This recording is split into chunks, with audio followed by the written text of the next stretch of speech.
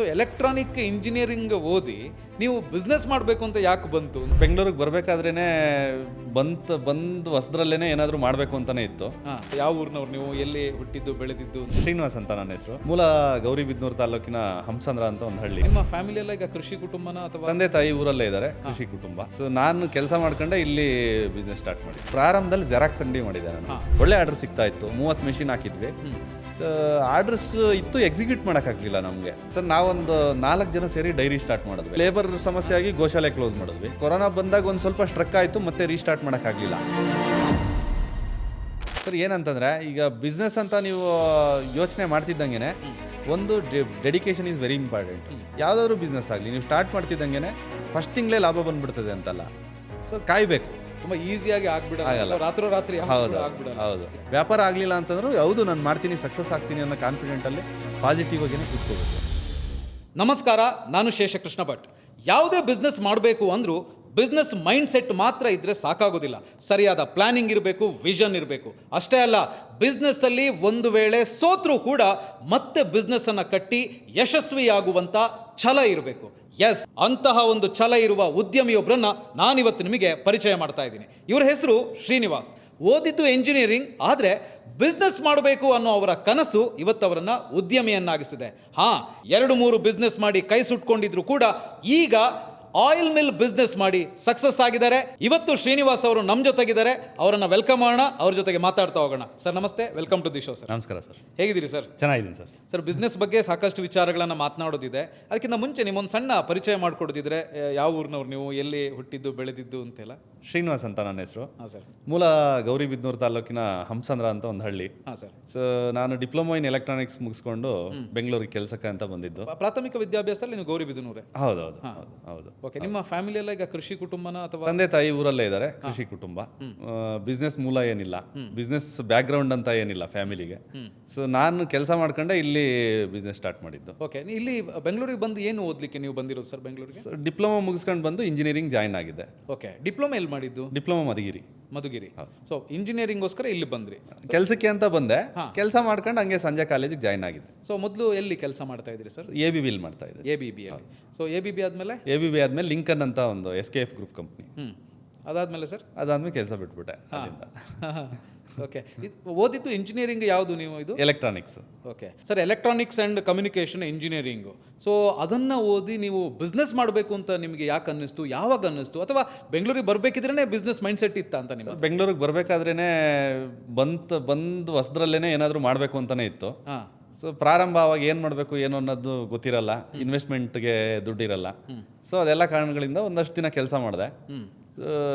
ಕೆಲಸ ಮಾಡ್ಕೊಂಡು ಸಂಜೆ ಕಾಲೇಜಿಗೆ ಜಾಯಿನ್ ಆಗಿ 1 ವರ್ಷಕ್ಕೆ ನಾನು ಕೆಲಸ ಬಿಟ್ಬಿಟ್ಟು ಸ್ಟಾರ್ಟ್ ಮಾಡಿದೆ. ಈ ಬಿಸ್ನೆಸ್ ಮೈಂಡ್ ಸೆಟ್ ಯಾಕೆ ಬಂತು ನಿಮಗೆ, ಅಥವಾ ಬಿಸ್ನೆಸ್ ಮಾಡಬೇಕು ಅಂತ ಯಾಕೆ ಬಂತು? ಈಗ ಇಂಜಿನಿಯರಿಂಗ್ ಎಲ್ಲ ಮಾಡಿದ್ರೆ ಅಫ್ಕೋರ್ಸ್ ಒಳ್ಳೆ ಕೆಲಸ ಸಿಗುತ್ತೆ, ಒಳ್ಳೆ ಸಂಬಳ ಸಿಗುತ್ತೆ. ಬಿಸ್ನೆಸ್ ಮಾಡಬೇಕು ಅಂತ ನಿಮಗೆ ಸಣ್ಣದ್ರಿಂದನೇ ಇತ್ತು ಅಥವಾ ಯಾಕೆ ಬಂತು ತಲೆಗೆ ಅಂತ? ನಂದು ಟೆಕ್ನಿಕಲ್ ಬ್ಯಾಕ್ಗ್ರೌಂಡ್ ಆದ್ರೂ ನಾನು ಸಪ್ಲೈ ಚೈನ್ ಮ್ಯಾನೇಜ್ಮೆಂಟಲ್ಲಿದ್ದೆ. ಪ್ರೊಡಕ್ಷನಲ್ಲಿ ಸಪ್ಲೈ ಚೈನ್ ಮ್ಯಾನೇಜ್ಮೆಂಟ್ ಅಂದರೆ ಪರ್ಚೇಸ್ ಡಿಪಾರ್ಟ್ಮೆಂಟ್. ಪರ್ಚೇಸ್ ಡಿಪಾರ್ಟ್ಮೆಂಟ್ ಅಂತಂದರೆ ಪ್ರೊಡಕ್ಷನ್ಗೆ ಬೇಕಾಗಿರೋ ಅಂಥ ಐಟಮ್ಸ್ ನಾನು ಪರ್ಚೇಸ್ ಮಾಡೋದು, ಎಲೆಕ್ಟ್ರಾನಿಕ್ಸ್ ಐಟಮ್ಸ್. ಸೊ ಈಗ ಗೌರ್ಮೆಂಟಲ್ಲಿ ಇದ್ದಂಗೆ ಪ್ರೈವೇಟಲ್ಲಿ ಏನಾಗ್ಬಿಡುತ್ತೆ ಅಂತಂದರೆ, ಈ ಸಪ್ಲೈಯರ್ಸ್ ಡಿಸಿಷನ್ ಮೇಕರ್ಸ್ನ ಒಳಗಡೆ ಹಾಕೋಬಿಡ್ತಾರೆ. ಅಲ್ಲೊಂದಷ್ಟು ಇಕ್ಕಟ್ಟಿನ ಪರಿಸ್ಥಿತಿ ಕ್ರಿಯೇಟ್ ಆಗಿಬಿಡುತ್ತೆ. ಅದಕ್ಕೆ ಅಡ್ಜಸ್ಟ್ ಆಗಿ ಕೆಲಸ ಮಾಡಬೇಕಾಗತ್ತೆ. ಆ ಥರದ್ದೊಂದಷ್ಟು ಪರಿಸ್ಥಿತಿಗಳಿದ್ದಾವೆ. ಸೊ ನನಗೆ ಅದೊಂದಷ್ಟು ಅಡ್ಜಸ್ಟ್ ಆಗಲಿಲ್ಲ. ಹಾಗಾಗಿ ಅಲ್ಲಿಂದ ನಂದು ಬಿಸ್ನೆಸ್ ಕಡೆ ವಾಲಕ್ಕೆ ಸ್ಟಾರ್ಟ್ ಆಯಿತು. ಅವಾಗ ಮಾಡಬೇಕು. ಹೌದೌದು. ಇನ್ನೊಬ್ಬರ ಕೈ ಕೆಳಗೆ ಕೈ ಕೆಳಗಡೆ ಇನ್ನೊಬ್ರು ಕೈ ಕೆಳಗಡೆ ಇರೋದು ಒಂದು, ಅಲ್ಲೊಂದಷ್ಟು ಇಕ್ಕಟ್ಟಿನ ಪರಿಸ್ಥಿತಿಗಳೊಂದು. ಸೊ ಸಪ್ಲೈಯರ್ಸ್ಗೇನೋ ಅವ್ರಿಗೆ ಬಿಸ್ನೆಸ್ ಬೇಕು, ಅವ್ರಿಗೆ ಏನು ಬೇಕೋ ಆ ಥರದ ವಾತಾವರಣ ಅವ್ರು ಕ್ರಿಯೇಟ್ ಮಾಡ್ಕೊಬಿಡ್ತಾರೆ. ಅದಕ್ಕೆ ಅಡ್ಜಸ್ಟ್ ಆಗೇ ಕೆಲಸ ಮಾಡಬೇಕಾಗತ್ತೆ. ಸೊ ಅದು ತುಂಬ ದಿನ ಆಗಲ್ಲ ಅಂತ ನನಗೆ ಅರಿವಾಗೋಯ್ತು. ಅರಿವಾಗ್ತಿದ್ದಂಗೆ ಡಿಸೈಡ್ ಮಾಡಿದೆ ನಾನು ಫೈನ್ ಡೇ ಹೌದೌದು ಏನಾದರೂ ಆಗಲಿ, ಇದೇ ಅಂತ ಆಯಿಲ್ಲೇ ಅಂತ ಸ್ಟಾರ್ಟಿಂಗ್ ಇರಲಿಲ್ಲ, ಏನಾದರೂ ಆಗಲಿ ಬಿಸ್ನೆಸ್ ಅಂತ. ಸರ್, ಇಲ್ಲೊಂದು ಪ್ರಶ್ನೆ ಬರುತ್ತೆ. ನೀವು ಎಂಜಿನಿಯರಿಂಗ್ ಮಾಡಿದ್ದೀರಾ, ಬಿಸ್ನೆಸ್ ಅಂತ ಹೇಳಿದಾಗ ಮನೆಯಲ್ಲಿ ಏನು ಹೇಳಿದ್ರು? ಒಪ್ಪಿದ್ರಾ? ಆಯ್ತು ನೀನು ಬಿಸ್ನೆಸ್ ಮಾಡು ಅಂತೇಳಿ? ಒಂದು ಸ್ವಲ್ಪ ಪ್ರಾರಂಭದಲ್ಲಿ ಅಪೋಸ್ ಮಾಡ್ತಾರೆ ಎಲ್ಲ ಥರ.